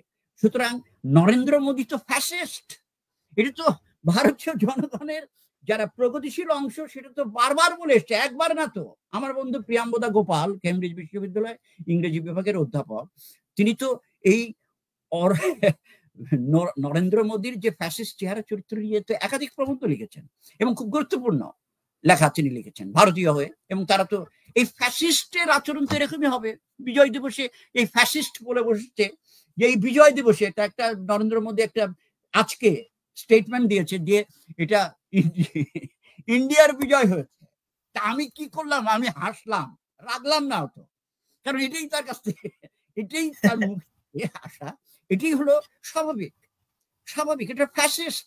সুতরাং আমরা চাই যেটা, সেটা হচ্ছে, আমি ব্যক্তিগতভাবে চাই, বিশেষভাবে প্রাণ থেকে চাই, আমরা যেমন হাসিনার পতন ঘটিয়েছি, ভারতের জনগণকে, আমাদেরকে যারা ফ্যাসিস্ট বিরোধী, হাসিনা বিরোধী এবং মোদী বিরোধী, মোদী এর ফ্যাসিস্ট, মোদী যে ফ্যাসিস্ট, এরও যে পতন হওয়ার দরকার, সেটাও আমি গুরুত্বপূর্ণ মনে করি। এবং সেই জন্য ভারতীয় জনগণের যে প্রগতিশীল অংশ, তাদের সঙ্গে আমাদের মৈত্রী, এই মৈত্রীটা তো একদম ছিল না তা না, আছে তো কিছুটা হলেও। সেই মৈত্রীকে আমি স্বাগত জানাই, যাতে ভারত এই প্রগতিশীল জনগণ মোদীর পতন ঘটাতে পারে এবং ভারতের যে রাষ্ট্রের যে চেহারা এবং চরিত্র, এটা পাল্টাবার জন্য আন্দোলন করবে বা আরো অনেক কিছু করবে। এটা খুবই খুবই জরুরি বলে আমি মনে করি। এবং ধন্যবাদ। আমরা যেহেতু অনেকবার ফ্যাসিস্ট শব্দটা আসলো আপনার মুখ থেকে, আমরা একটু সংক্ষেপে কি, বাংলাদেশের সবাই এখন আমি দেখেছি খুবই ইন্টারেস্টিংলি সাধারণ মানুষ তারাও একজন আরেকজনকে ফ্যাসিস্ট বলে বকা দেয়, বা যারা রাজনীতির সাথে যুক্ত কিন্তু কোনোদিন হয়তো ফ্যাসিস্ট শব্দটার থিওরিটিক্যাল ইত্যাদি কিছু জানে না, কিন্তু এটা যে একটা নেগেটিভ জিনিস সেটা জানে। আপনি কি একটু অনুগ্রহ করে আমাদের যে মানুষগুলো আছে তাদের উদ্দেশ্যে ফ্যাসিজম বা ফ্যাসিবাদ বা ফ্যাসিস্ট এটি সম্পর্কে একটু জানাবেন কিনা? এখানে একটু যুক্ত করা দরকার। অনেক কথা বলতে হয় যে এই প্রসঙ্গে, যে ফ্যাসিস্ট শব্দটা বাংলাদেশের পরিপ্রেক্ষিতে ব্যবহার করার একটা ইতিহাস আছে, এবং যারা ব্যবহার করেছেন, এবং এখানে বলা হয়েছে যে ফ্যাসিস্ট শব্দটা হঠাৎ করে এসছে, একদম ঠিক হঠাৎ করে আসে না। ফ্যাসিস্ট শব্দটা কেউ কেউ, বিশেষ করে আমাদের বুদ্ধিজীবীদের মধ্যে কেউ কেউ এবং রাজনীতিকের মধ্যে কেউ কেউ ব্যবহার করে এসছেন। আমি বিনয়ের সঙ্গে বলি, আমি নিজেও বহু আগে ফ্যাসিস্ট শব্দটা বাংলাদেশের এই যে রাজনীতি, এই রাজনীতিকে বোঝাবার জন্য, রাজনৈতিক সংস্কৃতিকে বোঝাবার জন্য ফ্যাসিস্ট শব্দটা আমি বা ফ্যাসিস্ট বর্গটা আমি ব্যবহার করেছি। আমি আরেকজনের নাম উল্লেখ করব, তিনি হচ্ছেন বদরুদ্দিন ওমর। এবং বদরুদ্দিন ওমর তিনি একটি বই লিখেছেন, সেই বইটাকে আমাদের একটু সামনে আনা উচিত। বইটার নাম হচ্ছে বাংলাদেশে ফ্যাসিবাদ। কেমন? বাংলাদেশে ফ্যাসিবাদ। এবং এই বইটা প্রকাশিত হয়েছিল 2001 সালে। এবং 2001 সালে এই বইটা যখন প্রকাশিত হয়, তখন সেই বইয়ের ভিতরে আমি তখনই পড়ার চেষ্টা করেছি, তখনই দেখেছি যে ফ্যাসিবাদ কথাটা উনি ব্যবহার করেছেন। আমি তার একটা উদ্ধৃতি একটু পরে আপনাদের সঙ্গে শেয়ার করব, তার আগে আরেকটু বলে নেই। এবং আরেকজন ব্যবহার করেছেন, এটা আমাকে স্বীকারই করতে হবে, ফরহাদ মাজার। ফরহাদ মাজারও কিন্তু ফ্যাসিস্ট শব্দটা একটা বেশ সময় ধরে তিনি ব্যবহার করে এসেছেন। এই এই অধম, হ্যাঁ, আমি ক্ষুদ্র মানুষ, আমিও বেশ আগে হঠাৎ করে ফ্যাসিস্ট শব্দটা ব্যবহার করিনি। কিন্তু গণ অভ্যুত্থানের ভেতর দিয়ে ফ্যাসিস্ট শব্দটা একটা বস্তুকতা অর্জন করে। কার্ল মার্কস একবার বলেছিলেন যে আইডিয়াও অনেক সময় মেটেরিয়াল ফোর্স হয়ে দাঁড়ায়। অর্থাৎ গণ আমি আপনাকে একটু একটু একটু থামাই, আপনাকে একটা মিনিটের জন্য থামাই। হ্যাঁ, সরি, একটা মিনিটের জন্য একটু থামাই, না হলে পরে আবার এটা ভুলে যাব। যেহেতু ফ্যাসিবাদের আলাপটা বাংলাদেশে আসছে, আপনি ফরহাদ মাজহার বা বদরুদ্দিন উমরের পাশাপাশি আমি 2013 দিকে আমি দেখেছি যে আমার দেশ পত্রিকায় মাহমুদুর রহমান, যাকে অনেকে মজলুম সাংবাদিক বলে থাকেন এবং তিনি নিজে আসলেই জালিমদের দ্বারা অনেক আক্রান্ত হয়েছেন, উনি ফ্যাসিবাদ শব্দটা কিন্তু ওই সময় আমার দেশ পত্রিকায় বেশ বড় করে 8 কলামে আপনার শিরোনামও করেছিলেন যে শাহবাগে ফ্যাসিবাদের প্রতিধ্বনি বা এই জাতীয় কিছু একটা করেছিলেন না। তাহলে ফ্যাসিবাদ আমি বলছি সেটাই। আচ্ছা, আপনি যে পয়েন্টটা, আমার পয়েন্টটাই রিইনফোর্স করলেন যে ফ্যাসিবাদ সব বর্গের প্রয়োগটা যে একেবারে হঠাৎ করে আকস্মিকভাবে নাটকীয়ভাবে উৎপাদিত হয়েছে সেটা কিন্তু বলা যাবে না। বরঞ্চ আমি এইভাবে বলতে চাবো যে আমরা এই ফ্যাসিবাদ শব্দের একটা ইতিহাস, এটার তো বর্গের ব্যবহারের তো ইতিহাসটা ধরতে হবে। হ্যাঁ, তো সেটা ধরতে গেলে তো বদরুদ্দিন ওমর এবং ফরহাদ মাজারের কথা এখানে উল্লেখ করতে হচ্ছে। হ্যাঁ, তারা করেছেন তো, সত্য। এবং সেই ফ্যাসিবাদটার সাথে কি ধরেন মুসোলিনির বা হিটলারের ফ্যাসিবাদের কি মিল আছে? আছে তো কিছু মিল, কিন্তু একই ফ্যাসিবাদ না। কারণ ফ্যাসিবাদের চেহারা এবং চরিত্র ইতিহাসে পরিবর্তিত হয়েছে। তারা জাতীয় পর্যায়ে এসে তাদের আবার জাতীয় অবয়ব এবং আয়তন লাভ করেছে। এই কথাটাই তো লেট ফ্যাসিজম বইয়ে, আলবার্তো তোস্কানোর বইয়ের কথা বললাম, লেট ফ্যাসিজম বইটার, ওইখানে এই কথাটাই বলা হয়েছে এবং সেটা সত্য। তিনি দেখিয়েছেন যে বিভিন্ন জায়গায় বিভিন্নভাবে তার সংস্কৃতির ভেতরে তার সংস্কৃতির উপাদান নিয়েও সেই জায়গার ফ্যাসিবাদ পরিগঠিত হয়েছে। তো আমাদের ফ্যাসিবাদের এইখানেরকার যে পরিগঠন, এটা তো তার নির্দিষ্ট ঐতিহাসিকতা আছে যেটাকে আমাদের ধরতে হবে। এবং সেই ঐতিহাসিকতার কথা বলতে গিয়ে আমি নিদেন পক্ষে কয়েকজনের নাম উচ্চারণ করলাম যারা ফ্যাসিবাদ নিয়ে কথা বলছেন। এইবার আমরা একটু বদরুদ্দিন ওমরের একটা উদ্ধৃতি যদি সামনে আনি, এটা একটু আনি, এটা নিয়ে একটু আলোচনা করে এখন জনগণ কেন একে ওকে ফ্যাসিস্ট বলছে এটা, এবং সংস্কৃতির ক্ষেত্রে যে ফ্যাসিবাদ সেটা নিয়ে যে খুব বেশি আলোচনা হয়েছে সেটা আবার কিন্তু না। রাজনীতিতে ফ্যাসিবাদ এটা নিয়ে রাজনৈতিকভাবে এটার আলোচনা যতটা হয়েছে, সাংস্কৃতিক ফ্যাসিবাদ এটা নিয়ে যে তেমন আলোচনা হয়েছে সেটা বলেন, কিছু ব্যতিক্রম বাদে তেমন একটা আলোচনা হয় নাই বলেই হ্যাঁ, একটু ওটা দিকে আমাদের যেতে হবে। আপনি আমাকে একটু মনে করিয়ে দেন যে সংস্কৃতি এবং ফ্যাসিবাদ, সংস্কৃতির সাথে ফ্যাসিবাদের সম্পর্ক কি। বদরুদ্দিন ওমর বলছেন তার এটা 1998 সালে লেখা তার এক প্রবন্ধে, যেটা 2001 সালে প্রকাশিত তার বই বাংলাদেশ ফ্যাসিবাদে অন্তর্ভুক্ত হয়েছে। এবং সেখানে বদরুদ্দিন ওমর বলছেন, উদ্ধৃতির শুরু, বাংলাদেশে এখন, লক্ষ্য করুন কথা, 1998 সালে বলছেন, বাংলাদেশে এখন আওয়ামী বাকশালী সরকারের এক নতুন সংস্করণ ক্ষমতায় বসছে।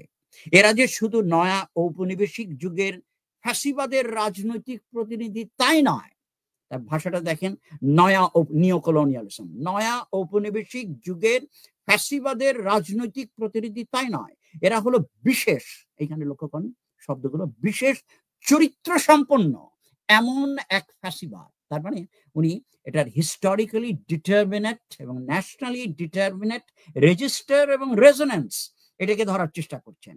এর বিশেষ চরিত্র সম্পন্ন এমন এক ফ্যাসিবাদ যা শেখ মুজিবুর রহমান এবং তার পরিবারকে ফ্যাসিবাদের আদর্শের যাকে বাংলাদেশের প্রতিষ্ঠা পর্বে মুজিববাদ নামে অভিহিত করা হয়েছিল, পতাকাবাহী হিসেবে তুলে ধরে চরম দমন পীড়নের রাজত্ব এখানে কায়েম করছে। এইবার বদরুদ্দীন ওমর যুক্ত করছেন আরেকটু, এই ফ্যাসিবাদ রুখতে হবে, ঠিক আছে, কিন্তু একে শুধু একটি দলের ফ্যাসিবাদ হিসেবে দেখে তাকে বোঝার চেষ্টা করলে হবে না। বাস্তবত শেখ মুজিবকে বঙ্গবন্ধু, জাতির পিতা ইত্যাদি গালভরা আখ্যায় ভূষিত করে যে ফ্যাসিবাদ এখানে 1972 থেকে কায়েম করা হয়েছে, তার ধারাবাহিকতায় অনেক বাহ্য পার্থক্য ও পারস্পরিক দ্বন্দ্ব সত্ত্বেও বিভিন্ন সামরিক বেসামরিক সরকারের মাধ্যমে চলে আসছে। কারণ এই ফ্যাসিবাদ কোনো বিশেষ দলের নয়, এ হলো বাংলাদেশে 1972 সাল থেকে অবাধ লুণ্ঠন, দুর্নীতি ও সন্ত্রাসের মাধ্যমে যে নতুন ধনিক শ্রেণী গঠিত হয়েছে, তাদেরই শাসন ব্যবস্থা, যা সাম্রাজ্যবাদী বিশ্ব ব্যবস্থার সাথে অবিচ্ছেদ্য যোগসূত্রে গঠিত। কাজেই এই ফ্যাসিবাদ যেমন আওয়ামী লীগের, তেমনি তার জাতীয় পার্টি বিএনপি ও জামায়াত ইসলামের। বিভিন্ন দলে বিভক্ত নতুন এই শাসক শ্রেণীর বিরুদ্ধে, তাদের সমগ্র অংশের বিরুদ্ধে এদেশের কৃষক, শ্রমিক সহ সকল প্রকার শ্রমজীবী জনগণ এবং ছাত্রছাত্রী সহ সমাজের সমগ্র প্রগতিশীল শিক্ষিত অংশের ব্যাপক প্রতিরোধ গড়ে তোলার কোনো বিকল্প আমাদের সামনে নেই। এই যে ব্যাপক প্রতিরোধ, এই ব্যাপক প্রতিরোধই ছিল জুলাই গণঅভ্যুত্থান, এবং এটা সম্ভাবনা যে তৈরি করেছে ফ্যাসিবাদ বিরোধী একটা রাজনৈতিক ব্যবস্থা অথবা অফ্যাসিবাদী রাজনৈতিক ব্যবস্থা, বা তারা রাজনৈতিক বন্দোবস্ত, এই ভাষা ব্যবহার করা হয়েছে, এটা যে তৈরি করেছে সম্ভাবনা, সেটা তো কোনো সন্দেহ নাই। কিন্তু এই সম্ভাবনা নষ্ট করে দেওয়ার ক্ষেত্রে আওয়ামী লীগের যারা যে অবশেষ যেগুলো আছে ছড়িয়ে ছিটিয়ে, কিন্তু বেশ ভাবে, আমি তো একসময় বলেছিলাম যে কথাটা, সেই কথাটা আরেকবার একটু শেয়ার করা দরকার বলে আমি মনে করি। সেটা হচ্ছে যে শেখ হাসিনা তার পালিয়ে গেলেও তার তো দমনমূলক অ্যাপারেটাস, তার আদর্শিক অ্যাপারেটাস গুলো তো আর প্লেনে উঠে পাড়ায় নাই, তাই না? তার আদর্শিক অ্যাপারেটাস, দমনমূলক অ্যাপারেটাস, তারা তো রয়ে গেছে আমাদের সমাজে। তাকে যারা তেল দিত, যেসব বুদ্ধিজীবী, আমাদের চতুর্দিকে আমরা দেখি না, যারা বাংলা একাডেমি পুরস্কার পেয়েছে, তেল দিয়ে, তারপর আমরা প্রকাশ্যে দেখেছি কিভাবে নাক্কারজনক ভাবে শেখ হাসিনার পার্টিতে গিয়ে চা খাচ্ছে, তাকে বিশাল নেত্রী হিসেবে, এই যে তারা যে আনক্রিটিক্যাল থেকেছে বছরের পর বছর, এরা তারা এখনো রয়েছে। আচ্ছা, শেখ হাসিনাকে যারা তেল দিত তারা এখনো রয়েছে, আপনি বলেছেন ঠিকই, এবং তারা তো আওয়াজ তুলবেই, এটা তো স্বাভাবিক, এবং আওয়াজ তুলে বরঞ্চ আপনাকে পথভ্রষ্ট করার চেষ্টা করবে এবং অন্তর্বর্তীকালীন সরকারকেও ডিসক্রেডিট করার চেষ্টা করবে। কিন্তু আপনি আবার এটা মনে করেন না যে আমি সেই কারণে অন্তর্বর্তী সরকারের সমালোচনা করি নাই, করেছি আমি নিজেই। কিন্তু এদের সমালোচনার সাথে আমাদের সমালোচনার একটা পার্থক্য আছে, সেই পার্থক্যটা আমাদেরকে বারবার জনগণের সামনে আনতে হবে। যে তোমরা যে সমালোচনা করো, তোমরা কারা? সমালোচনা করো, অসুবিধা নাই, কিন্তু তোমাদের সমালোচনা করতে গিয়ে, হ্যাঁ, আমিও তো বাক স্বাধীনতা নিতে গিয়ে আমি তোমাকে এখন তোমার প্রশ্নকে প্রশ্ন করে এইটা বলছি যে তোমরা কারা, এতদিন কি করেছিলে, তোমরা কি করেছো সেটা কি আমরা দেখি না? আর মধ্যবিত্তের একটা, আমাদের নিজেদের একটা সমস্যা আছে, আমরা যতটা খণ্ডে দেখি ততটা সমগ্রে দেখি না। সমগ্রে দেখেন, একটা চেষ্টা, এই অনুশীলনটা অব্যাহত, যাতে সমগ্রে দেখেন। শেখ মুজিবকে দেখতে গেলে সমগ্রে দেখেন, একজনকে দেখতে গেলে সমগ্রে দেখেন, বুদ্ধিজীবীকে দেখতে গেলে সে বুদ্ধিজীবীর একটা কাজের একটা মোটামুটি ভাবে সমগ্র আপনার বিবেচনায় থাকতে হবে, সমগ্রে দেখতে হবে। এটা একটা গুরুত্বপূর্ণ বলে আমি মনে করি। আর আমি তো ফ্যাসিবাদের কথায় ফিরে এসেছিলাম, ফ্যাসিবাদের আরেকটা কথা বলি, সেটা হচ্ছে যে এই ফ্যাসিবাদ আমাদের এই গণ অভ্যুত্থানের ভেতর থেকে এটা একটা, অবশ্যই এটা বারবার উচ্চারিত হয়েছে এবং এটা একটা বস্তুকতা অর্জন করেছে, ছড়িয়ে পড়েছে, এটার অর্থ তৈরি হয়েছে সেইভাবে, নির্দিষ্ট স্থান, কাল, পাত্র সম্পর্কিত অর্থ, এবং সেটা একটা গ্রহণযোগ্যতা অর্জন করেছে এবং গালির পর্যায়ে চলে গেছে।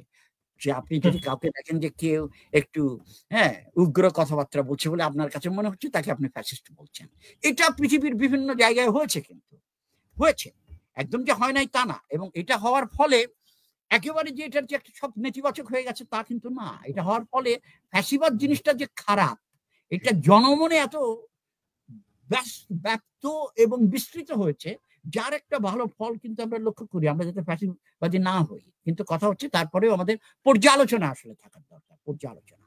ঠিক এবং সেটা হচ্ছে যে ফ্যাসিবাদ আসলে যাতে না থাকে তার জন্য আমরা কি করতে পারি এটা যেমন, এবং ফ্যাসিবাদটা আসলে কি সেটাও, এবং সংস্কৃতিতে ফ্যাসিবাদ রয়ে গেছে। আমি আর একটা কথা বলি যে আমাদের তিলে তিলে যে রাজনৈতিক সংস্কৃতি এবং আমাদের মধ্যবিত্তের সংস্কৃতি গড়ে উঠেছে বাংলাদেশে, সেটা হচ্ছে তার মধ্যে ফ্যাসিবাদের প্রচুর উপাদান আছে, এবং এটাকে আপনি সমূলে উৎপাটন করা আপনার পক্ষে 2-3 বছরে বা একটা আলোচনায় বা বেশ কিছু সেমিনার করে সম্ভব তা না, কিন্তু এইটা একটা অব্যাহত প্রক্রিয়া, এটাকে হতে হবে।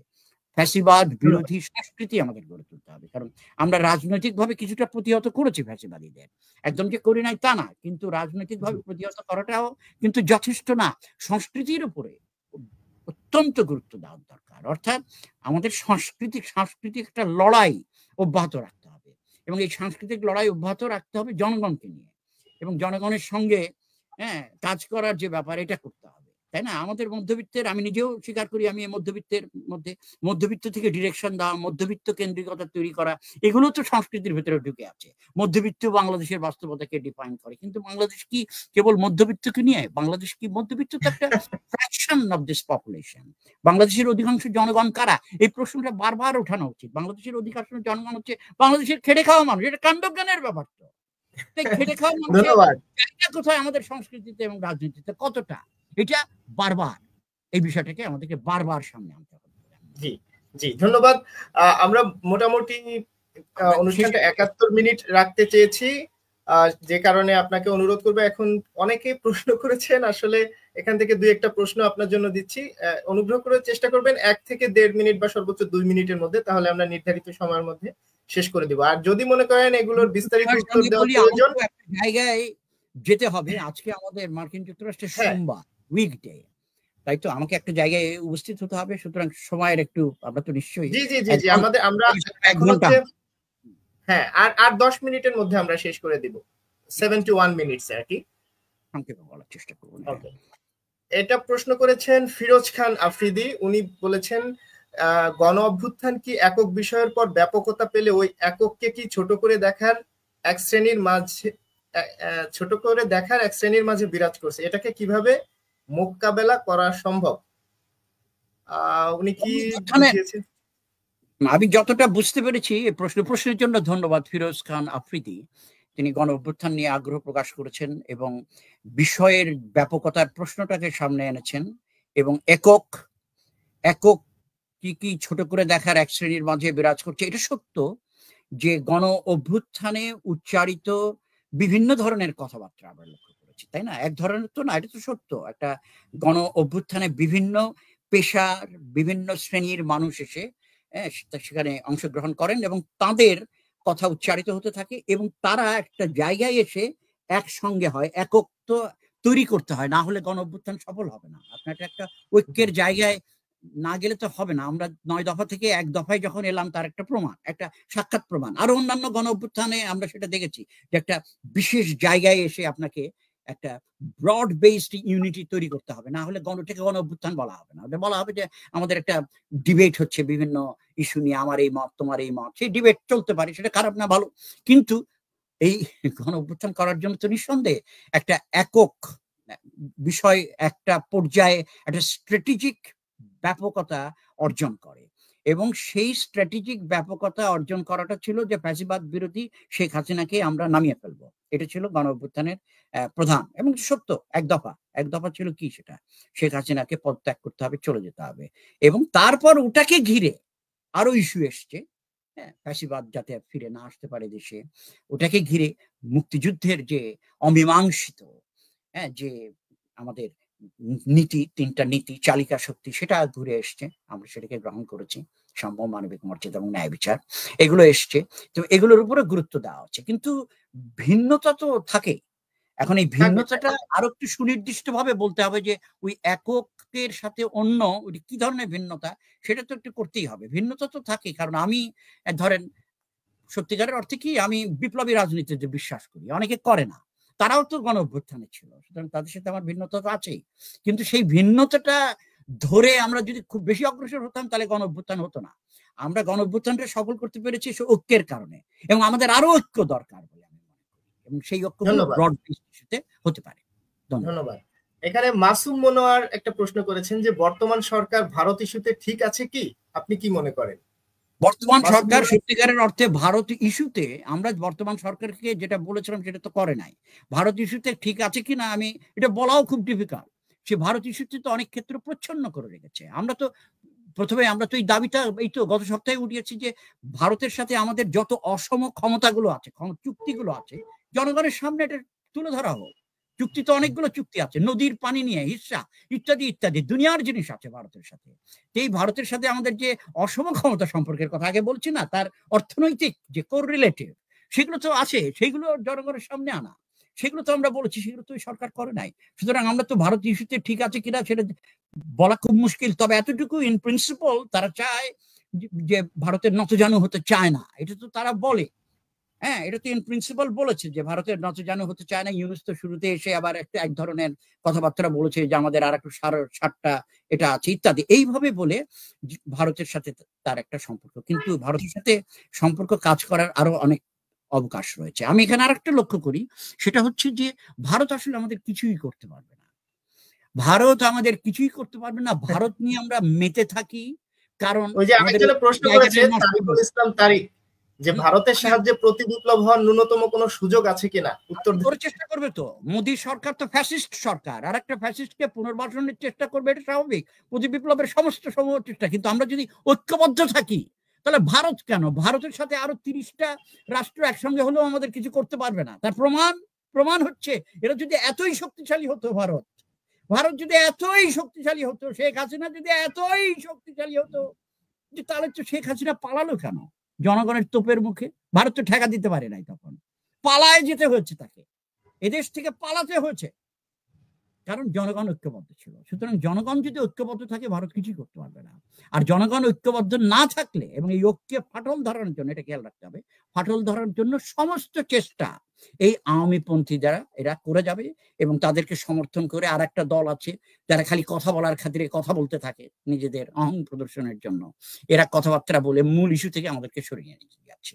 কিন্তু জনগণের ভারতের প্রসঙ্গটাতে জনগণের ঐক্যবদ্ধ থাকার দরকার, এবং ঐক্যবদ্ধ থাকার কিছু কাজ করা যেতে পারে। যেমন ধরেন ভারত আমাদের যে বিভিন্ন ধরনের অপপ্রচার, অপতথ্য বলে যেটা, এটা যারা মিডিয়ার লোকরা করা শুরু করেছেন, হ্যাঁ, এটা মিডিয়ার লোকরা করতে পারেন। আমাদের মনে হয় যে জাতীয় পর্যায়ের যে মিডিয়া আছে সেগুলো আরো সোচ্চার হতে পারে, যে এগুলো ঠিক না আপনারা যেটা করছেন। এটা একটা আর একটা কাজ হতে পারে, ভারতের ভেতরের যারা মোদী বিরোধী যারা আছেন, হ্যাঁ, যারা ফ্যাসিবাদ বিরোধী রাজনীতিতে বিশ্বাস করেন, যারা প্রগতিশীল যারা আছেন, তাদের সমর্থনে গার্নার করার একটা চেষ্টা করা, আমরা যাতে তাদের সাথে, এবং আমরাও যদি ঐক্যবদ্ধ থাকি, এটা আর একটা করা। কিন্তু এটাকে আমি একটা লাগাতার প্রক্রিয়া বলে মনে করি, কারণ ভারত তো চাইবে, যতদিন ভারত আছে ভারত আমাদেরকে ক্ষতি করার চেষ্টা করবে, এটা হচ্ছে গিভেন। ভারত আমাদেরকে, এটা তো গিভেন, ক্ষতি করার চেষ্টা করবে না। আপনি তো হাসিনাকে নামিয়ে ফেলেছেন, আরো করার চেষ্টা করবে। হাসিনা থাকার সময় করেছে, কারণ হাসিনা ক্ষতি করার সুযোগটা করে দিয়েছে নিজের ক্ষমতার স্বার্থে, নিজেদের। ধন্যবাদ। এটা আমাদের শেষ প্রশ্ন, এটা একজন ইউনিভার্সিটি প্রফেসর আপনাকে করেছেন, শামসুল আরেফিন রেহান। খুবই গুরুত্বপূর্ণ আলোচনা হচ্ছে, আলোচককে পেয়ে কয়েকটি প্রশ্ন করতে চাই। ইতিহাসকে রিক্লেইম করার কথা বললে কেউ কেউ বলছে এসব অদরকারি, এসব গরিব এবং প্রান্তিক মানুষের কোনো ভাগ্যোন্নয়ন হবে না, বরঞ্চ আমাদের বর্তমানের দিকে তাকাতে হবে। এই বয়ানকে আপনি কিভাবে দেখেন? দ্বিতীয়ত, ফাউন্ডিং ফাদার্সের যে ধারণা, ফাদার্স বলেছেন উনি, ফাউন্ডিং ফাদার্সের যে ধারণা আমরা দেখেছি, সেখানে শেখ মুজিবের অবস্থান কি হবে? তৃতীয়ত, নরেন্দ্র মোদী যে আমাদের 71-এর ইতিহাসকে সাইলেন্স করতে চাচ্ছেন, যেটা ইতিমধ্যে আপনি উত্তর দিয়েছেন, সেটিকে ডিবাঙ্ক করার জন্য আমাদের এখন কি করণীয় হতে পারে? অনেক ধন্যবাদ। শামসুল আরেফিন রেহানকে অনেক ধন্যবাদ তার প্রশ্ন উত্থাপন করার জন্য। আপনি একটু রাখেন, আমি একটু সংক্ষেপে বলি, কারণ আমাকে আবার একটু বেরোতে হবে একটু পরে। হ্যাঁ, এবং অনেক ধন্যবাদ আলোচনা সামনে আনার জন্য। ইতিহাসকে রিক্লেম করার কথা যখন বলা হয়, সেটা কোন ইতিহাসকে রিক্লেম করা, এবং যে কথাটা বলা হচ্ছে সেই কথার সাথে বাংলাদেশের অধিকাংশ জনগণের কি সম্পর্ক, সেটা দেখলেই তো বিষয়টা পরিষ্কার হয়ে দাঁড়ায়। যারা মনে করে এসব অদরকারি, ইতিহাসকে রিক্লেম করা কেন, আমাদের ইতিহাসকে রিক্লেম করার দরকার আছে, ইতিহাসকে রিক্লেম করার দরকার আছে জনগণের স্বার্থেই। এই জনসাম্যের কথা যখন আমরা বলছি, বৈষম্যহীনতার কথা যখন বলছি, ন্যায় বিচারের কথা বলছি, এটা তো জনগণের পক্ষে যাবে, কারণ আমাদের অর্থনৈতিক সাম্য দরকার, সাংস্কৃতিক সাম্য দরকার, হ্যাঁ, বৈষম্যহীনতা দরকার। আমি যে বৈষম্য নিয়ে আলোচনা করলাম এর আগে, যে উন্নয়ন হচ্ছে কিন্তু বৈষম্য বৃদ্ধি পেয়েছে। প্রবৃত্তির সাথে বৈষম্য তো একেবারে প্রবৃত্তি হলে যে বৈষম্য কমে যাবে তা তো না। এই বৈষম্যের কথা যখন বলে সেটা তো জনগণের পক্ষেই যায়।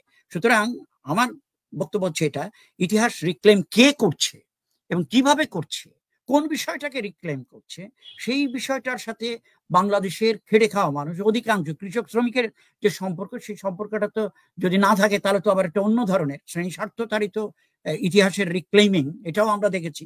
হ্যাঁ, এবং পথভ্রষ্ট করার জন্য তথাকথিত রিক্লেমিং, এটাও আমরা দেখেছি। সুতরাং সেক্ষেত্রে তো আমাদের দেখতে হবে, বুঝতে হবে। আমাদের চোখ কান খোলা রাখলে এটা বোঝা যায়, কমন সেন্স একটু কাণ্ডজ্ঞান ব্যবহার করলেও বোঝা যায়। নম চমস্কির একটা কথা আমার খুব ভালো লাগে, সেটা উনি বলেন যে আমাদের আসলে কোথায় অন্যায় অবিচার হচ্ছে এটা বোঝার জন্য যে আমাদের একটা খুব বেশি গভীর অ্যানালিসিস এবং আপনার একটা ইনডেপথ হারমেনিউটিক অ্যানালিসিস বা সোশিওলজিক্যাল অ্যানালিসিস এটা যে দরকার তা না।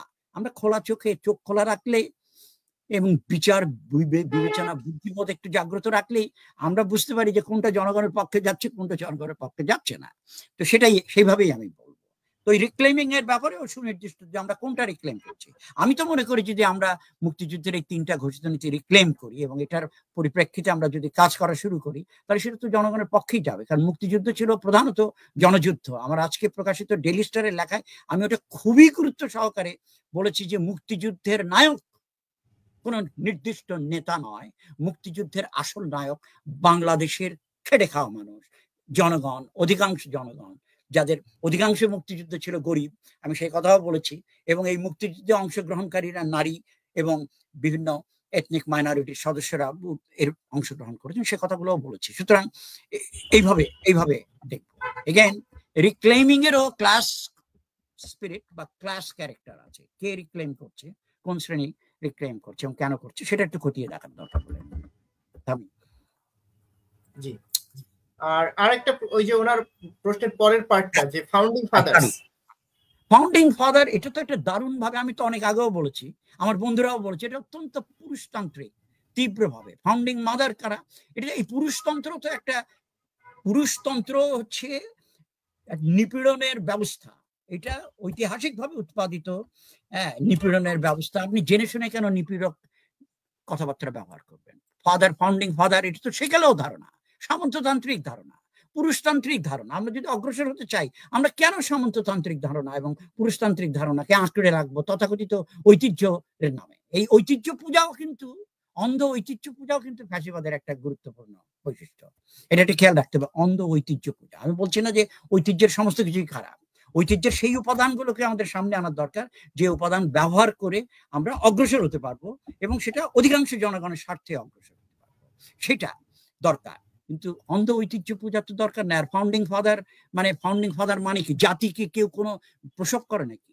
বাঙালি জাতিকে প্রসব করছে? মার্কিন যুক্তরাষ্ট্রে নাকি ফাউন্ডিং ফাদার্স আছে, প্রচন্ড। ও মাই গড, আপনি people's history of the United States এটা যদি আপনি পড়েন, সেখানে আপনি দেখবেন যে হাওয়ার্ড জিন তার কি পরিমাণ সমালোচনা করছে। শুধু তাই না, বিভিন্ন ধরনের মুভমেন্ট মার্কিন যুক্তরাষ্ট্রে হয়েছে, সেখানে তো ফাউন্ডিং ফাদারদের সমালোচনা করা হয়েছে। মার্কিন যুক্তরাষ্ট্রের আদিবাসীদের আন্দোলনের একটা বড় ঐতিহ্য অবশ্যই আছে। আদিবাসী যারা আছেন এখানে, ইন্ডিজিনাস পিপলস, নেটিভ আমেরিকান বলা হয় যাদের, তাদের আন্দোলন আছে। তারা তো ফাউন্ডিং ফাদার্স তো প্রচুর। আর ফাউন্ডিং ফাদার্সরা তো ভিলেন ছিল। তো এদের সাথে ফাউন্ডিং ফাদার্স, এই পিতারা, এইসব পিতারা যে কি কুকর্ম করেছে সেই সবের তো ইতিহাসটা তো আমাদের দেখতে হবে। তো এইগুলো তো গৌরবান্বিত এবং মহিমান্বিত করার কিছু নাই তো। এগুলোকে আমাদের দরকার বরঞ্চ জনগণকে কেন্দ্রে রেখে বলা। আর শেখ মুজিবুর রহমানের যে অবদান, আমি বলি এবার, শেখ মুজিবুর রহমানের যে অবদান, সেই অবদানটাকেও অস্বীকার আমি করছি না। তার তো অবদান আছে কিছু না কিছু হলেও। এখন বলবেন যে কিছু, এটা তো অল্প বলে ফেললেন, আপনার জোরে না হলে আপনাকে মেরে ফেলা হবে। আগে তো এই অবস্থা ছিল। তার বলি, শেখ মুজিবের তো অবদান তো আছে নেতা হিসেবে। তার যে অবদান, তিনি যে বাংলাদেশের মানুষের ভালোবাসা পেয়েছিলেন, এ ব্যাপারে কোনো সন্দেহ নাই। উনি তো ডাক দিলে মানুষ শুনতেন, কথা শুনতেন। তিনি তো মানুষকে মোবিলাইজ করেছেন, সেখানে যেখানে বসে হোক না কেন। তাকে তার যে ক্রেডিট, সেটা তো অবশ্যই দেওয়ার দরকার, অবশ্যই দেওয়ার দরকার। না দিলে এটা তো অন্যায় অবিচার হবে। কিন্তু তিনি যে অন্যায় অবিচার করে যাচ্ছেন, সেটাকে আমরা আবার মুছে ফেলতে গেলে সেটাও অন্যায় অবিচার হবে। জিনিসটা বোঝাতে পেরেছি? তো ফাউন্ডিং ফাদার হিসেবে তাকে মহিমান্বিত না করেও আমরা তার অবদানকে গ্রহণ করতে পারি।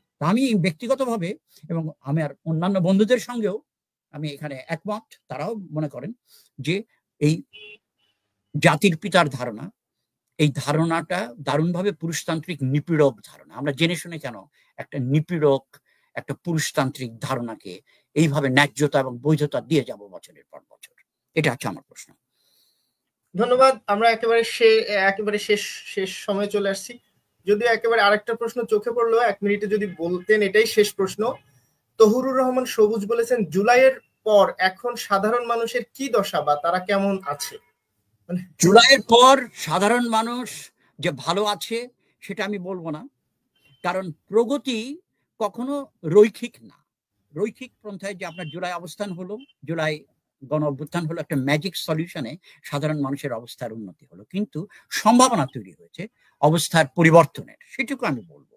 সাধারণ মানুষ যে অবস্থায় আছেন সেই অবস্থায় ক্ষেত্র বিশেষে তাদের অবস্থা কিছু খারাপও হয়েছে, এরকমও আমরা রিপোর্ট পেয়েছি। দ্রব্যমূল্যের দাম বৃদ্ধি পেয়েছে, সেটাও আমরা লক্ষ্য করেছি। কিন্তু এই 19টা খাতে যেভাবে শেখ হাসিনা দেশটাকে রেখে গেছে, সেই দেশটাকে 19টা খাত থেকে বের করে নিয়ে আসার জন্য যে মহাকাব্যিক আয়তনের প্রচেষ্টা দরকার, সেটার সময় তো এখনো হয় নাই, পায় নাই। এটুকু বলা দরকার, এটা বলা দরকার, না বললে এটা তো ঠিক হবে না।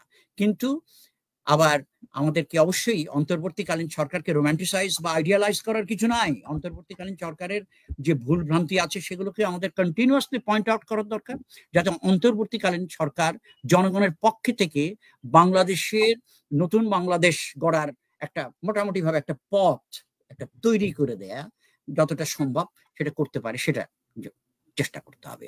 এবং সাধারণ মানুষের যে দশা, বিশেষ করে শ্রমিক শ্রেণীর এবং কৃষক শ্রেণীর এবং গার্মেন্টস ইত্যাদি ইত্যাদি, এদের যে খুব পরিবর্তন হয়েছে সেটা অবশ্যই বলা যাবে না, কিন্তু পরিবর্তন করতে হবে। এই প্রশ্নের জন্য আপনাকে অনেক অনেক ধন্যবাদ।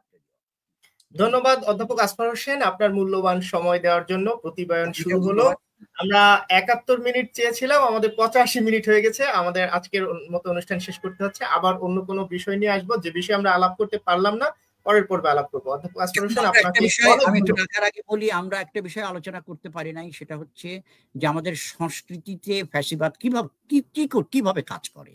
এই যে সাধারণীকরণ, একটা যেহেতু আরো 3 মিনিট সময় পাওয়া যাবে, সাধারণীকরণ, এই যে সাধারণীকরণের যে আস্ফালন, খারিজবাদিতা, ধরেন আপনার কোনো দায় নাই, আপনার কোনো প্রমাণ দেওয়ার দায় নাই, আপনার কোনো বিচার বিশ্লেষণের দায় নাই, কোনো কিছুর দায় নাই, কিন্তু কি আছে, আপনার একটা কণ্ঠ আছে, আপনি কণ্ঠে ঘোষণা করলে অমুক কিছু জানে না, তমুক কিছু বুঝে না, অথবা আপনি একটা ঘোষণা দিলেন যে তমুক তো এই দালালি করেছে, সেই করেছে, কিন্তু অন্য কোনো দায় নাই। এইটাকে বলা হয় জেনারেলাইজেশনের আস্ফালন। সুন্দর করে বলছে আলবার্তো তোস্কানো যে সাধারণীকরণের আগ্রাসন এবং আস্ফালন, এটা কিন্তু সাংস্কৃতিক ফ্যাসিবাদের একটা গুরুত্বপূর্ণ বৈশিষ্ট্য, একমাত্র বৈশিষ্ট্য না হলে আরো অনেক বৈশিষ্ট্য আছে, যেটা আমরা দেখতে পাই খুব বেশি আমাদের মধ্যবিত্ত সংস্কৃতির মধ্যে।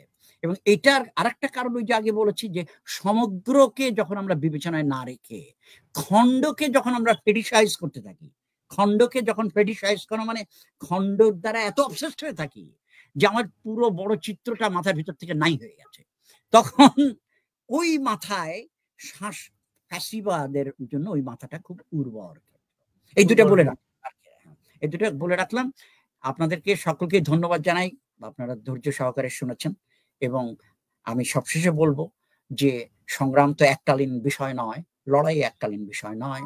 আমাদের গণ অভ্যুত্থান হয়েছে, একটা মহান গণ অভ্যুত্থান এবং বিজয়, এই গণ অভ্যুত্থানেরও কিছু বিজয় আছে, এবং আমাদের বড় বিজয় নিঃসন্দেহে বাংলাদেশের অভ্যুদয় 1971 সালে মুক্তিযুদ্ধের ভেতর দিয়ে বিশাল বিজয়।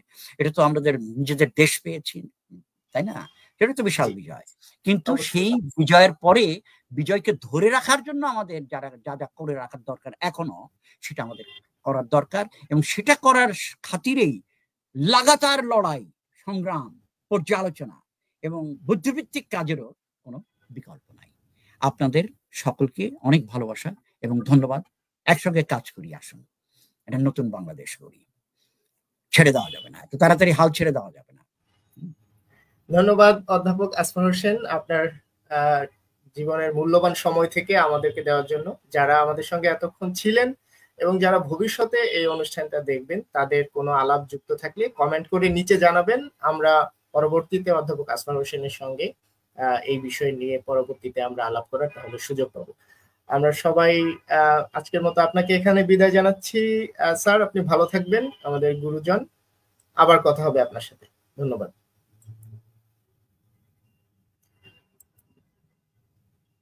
প্রতিবয়নের প্রথম পর্বে আপনাদেরকে এতক্ষণ আমাদের সঙ্গে থাকার জন্য ধন্যবাদ জানাচ্ছি। আর আমরা পরের পর্বে চলে আসবো আগামী সপ্তাহে অন্য কোনো বিষয় নিয়ে। আমাদের সঙ্গেই থাকুন। আর যারা এখানে এতক্ষণ ছিলেন, তারা যে প্রশ্নগুলো করতে পারেননি সামনে করবেন। আর আমাদের কথায় যত বেশি পারবেন প্রশ্ন করবেন, কারণ প্রশ্নই আসলে উত্তর। আপনি প্রশ্ন করতে না শিখলে আপনি কিন্তু উত্তরের খোঁজ পাবেন না। ফলে আপনাকে প্রশ্ন তুলতে হবে, প্রশ্ন করতে হবে, অন্ধত্ব পরিহার করতে হবে। সবাই ভালো থাকুন, আমাদের আবার দেখা হবে।